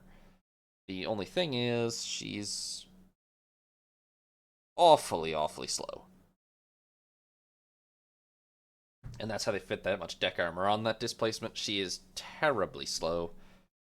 Pretty much any modern battleship engagement is going to outpace Fuso by a good, 4 to 5 knots, and some of them by more like 7 plus. I mean, there's basically no ship in the world, no warship in the world that's slower than Fuso at this point. She may actually be the slowest active duty warship in the world at this moment, excluding corvettes and such. And that's a big problem. Despite the decent armament and very good armor, that speed is going to be a big problem for her. And then their battleships their battle cruisers are the 3 quite new Ryuns, Ryun, Kirishima, and He. These are relatively small for brand new builds, 35,500 tons, 31 knots, 10 14-inch guns and 2 twin, 2 triple turrets, 12 6-inch, 22 3-inch dual purpose, radar AA, but not that much of it, and an 11.5-inch belt.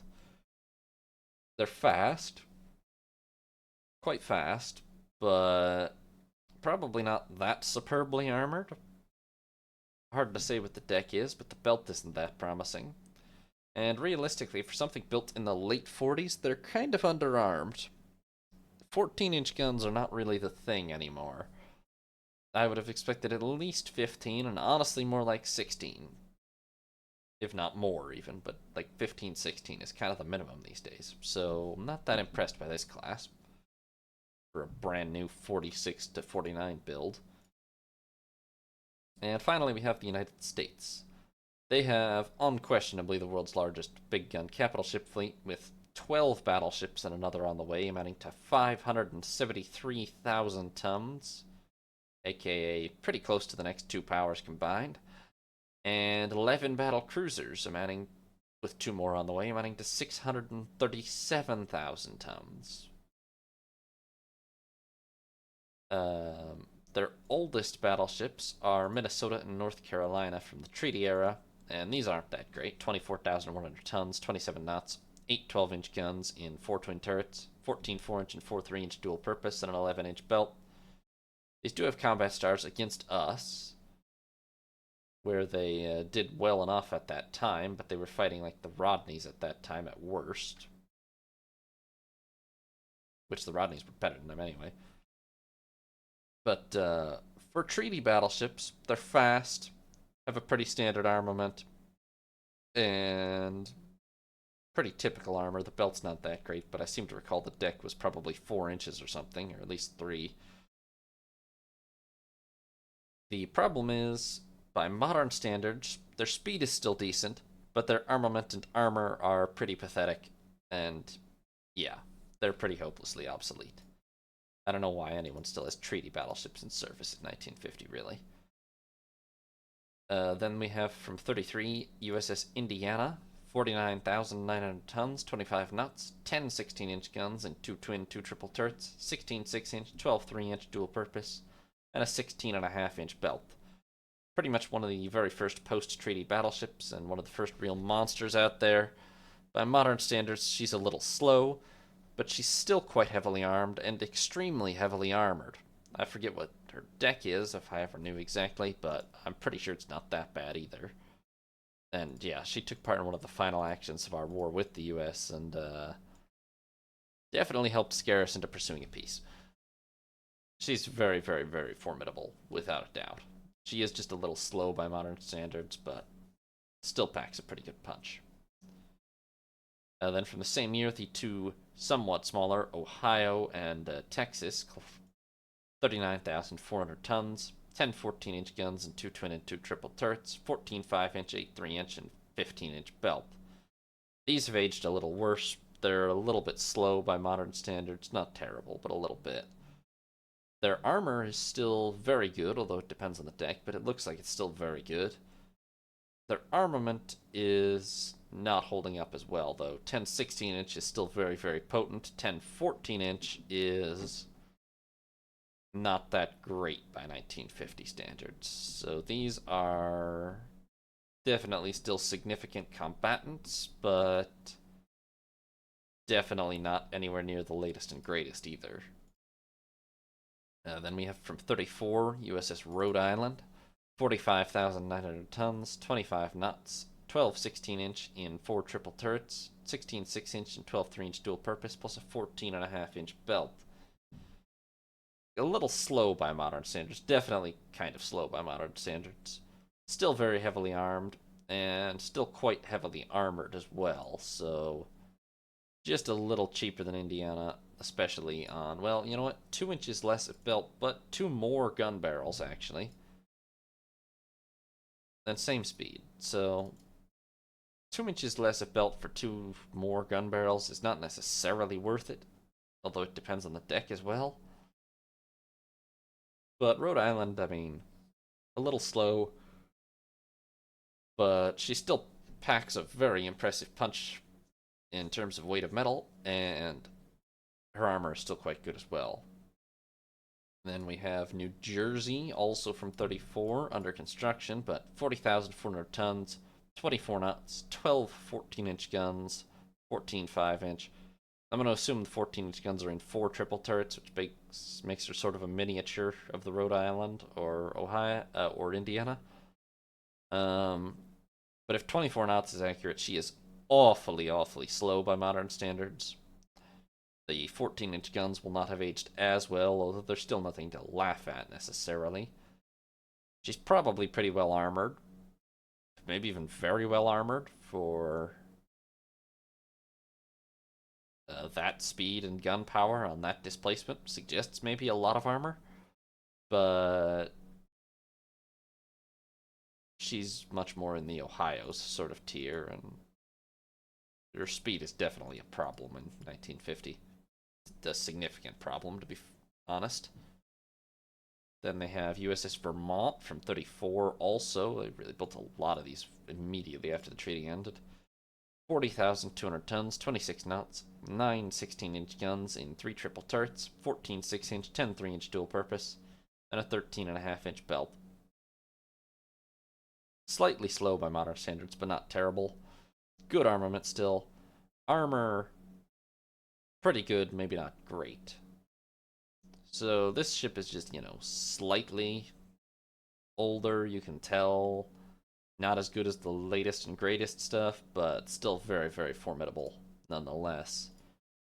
Then they finally did take a break before building USS Connecticut in 39. She's 46,100 tons, 30 knots, 9 16-inch guns and 3 triple turrets, 25-inch and 12 3-inch dual purpose, and a 12-inch belt. Very fast for a battleship. Quite nicely armed still, quite nicely armed still, but maybe a little weak on the armor side. Hard to say. I assume the deck is probably stronger, relatively speaking, than the belt, but nonetheless, not super well armored, but very fast and quite well armed. Then in 41, we got USS North Dakota, 43,000 tons, 32 knots, 8 17-inch guns and 2 quad turrets, 16 5-inch, 10 3-inch dual purpose, and a 12.5-inch belt. Very, very fast for a battleship. This is a battlecruiser. It has the speed of a battlecruiser. It has really the guns of a battlecruiser, and frankly, it has the armor of a battlecruiser. That said, as a battlecruiser, it's pretty nice. It's quite fast. It's quite well armed, and it looks like pretty reasonable armor. As a battleship, she's going to suffer from the fact that she's literally faster than every other battleship in the fleet, and only has 2 turrets, and is probably under-armored for a battleship. But as a battlecruiser, she'd be quite nice. Then more recently, we have USS California from 44, 51,700 tons, 27 knots, 9 16-inch guns and 3 triple turrets, 16 5-inch and 16 3-inch dual purpose, radar AA, 15-inch belt. Fast enough anyway. Pretty well armed, not spectacularly for a 52,000 ton ship, but pretty well armed. And very well armored. So California's a pretty potent modern battleship by all accounts, really.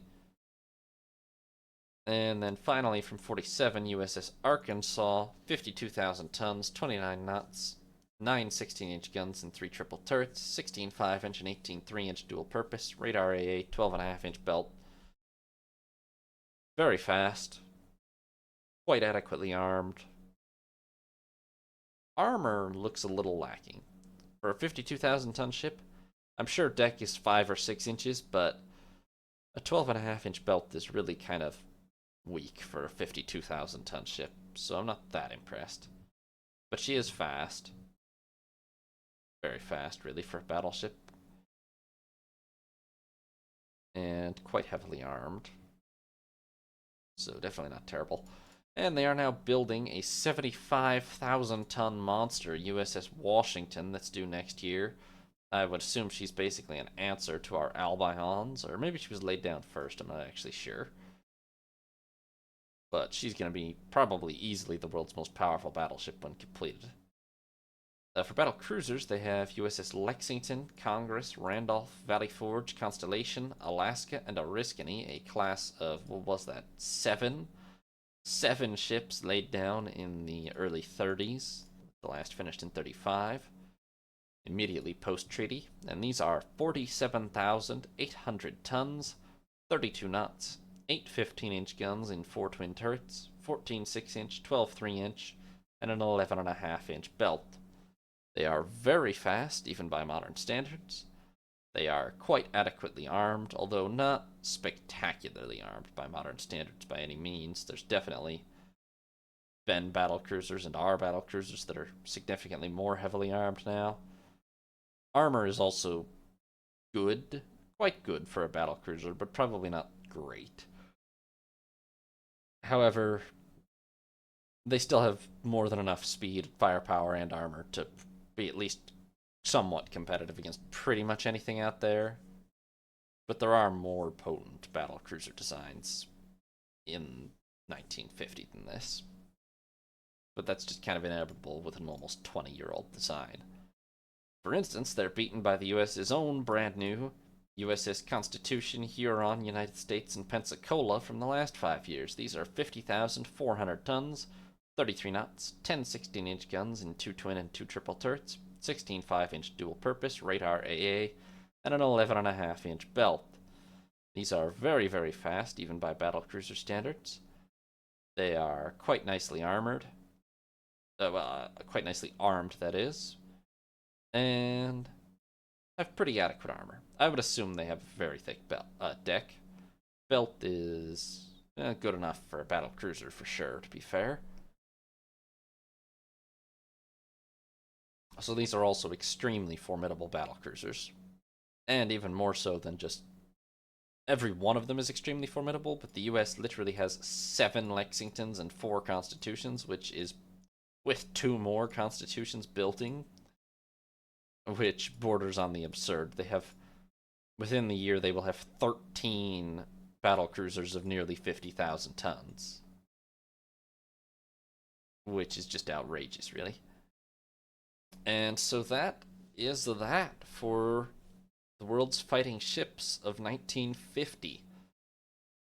Big gun capital ships are kind of on the way out, but that hasn't stopped the navies of the world from building one final wave of very large ships in the 40s and into 50. There's a couple of, at least 3 very, very large battleships. No, more, because Germany's building some, so there's... Not everybody is built. Yeah, most powers are, I would say. More powers than not. Not everyone. Well, maybe not, but the big powers, Britain, Germany, Russia, and the US, not France and not Japan, but there are at least 4 powers currently building 60,000 ton plus battleships or battle cruisers.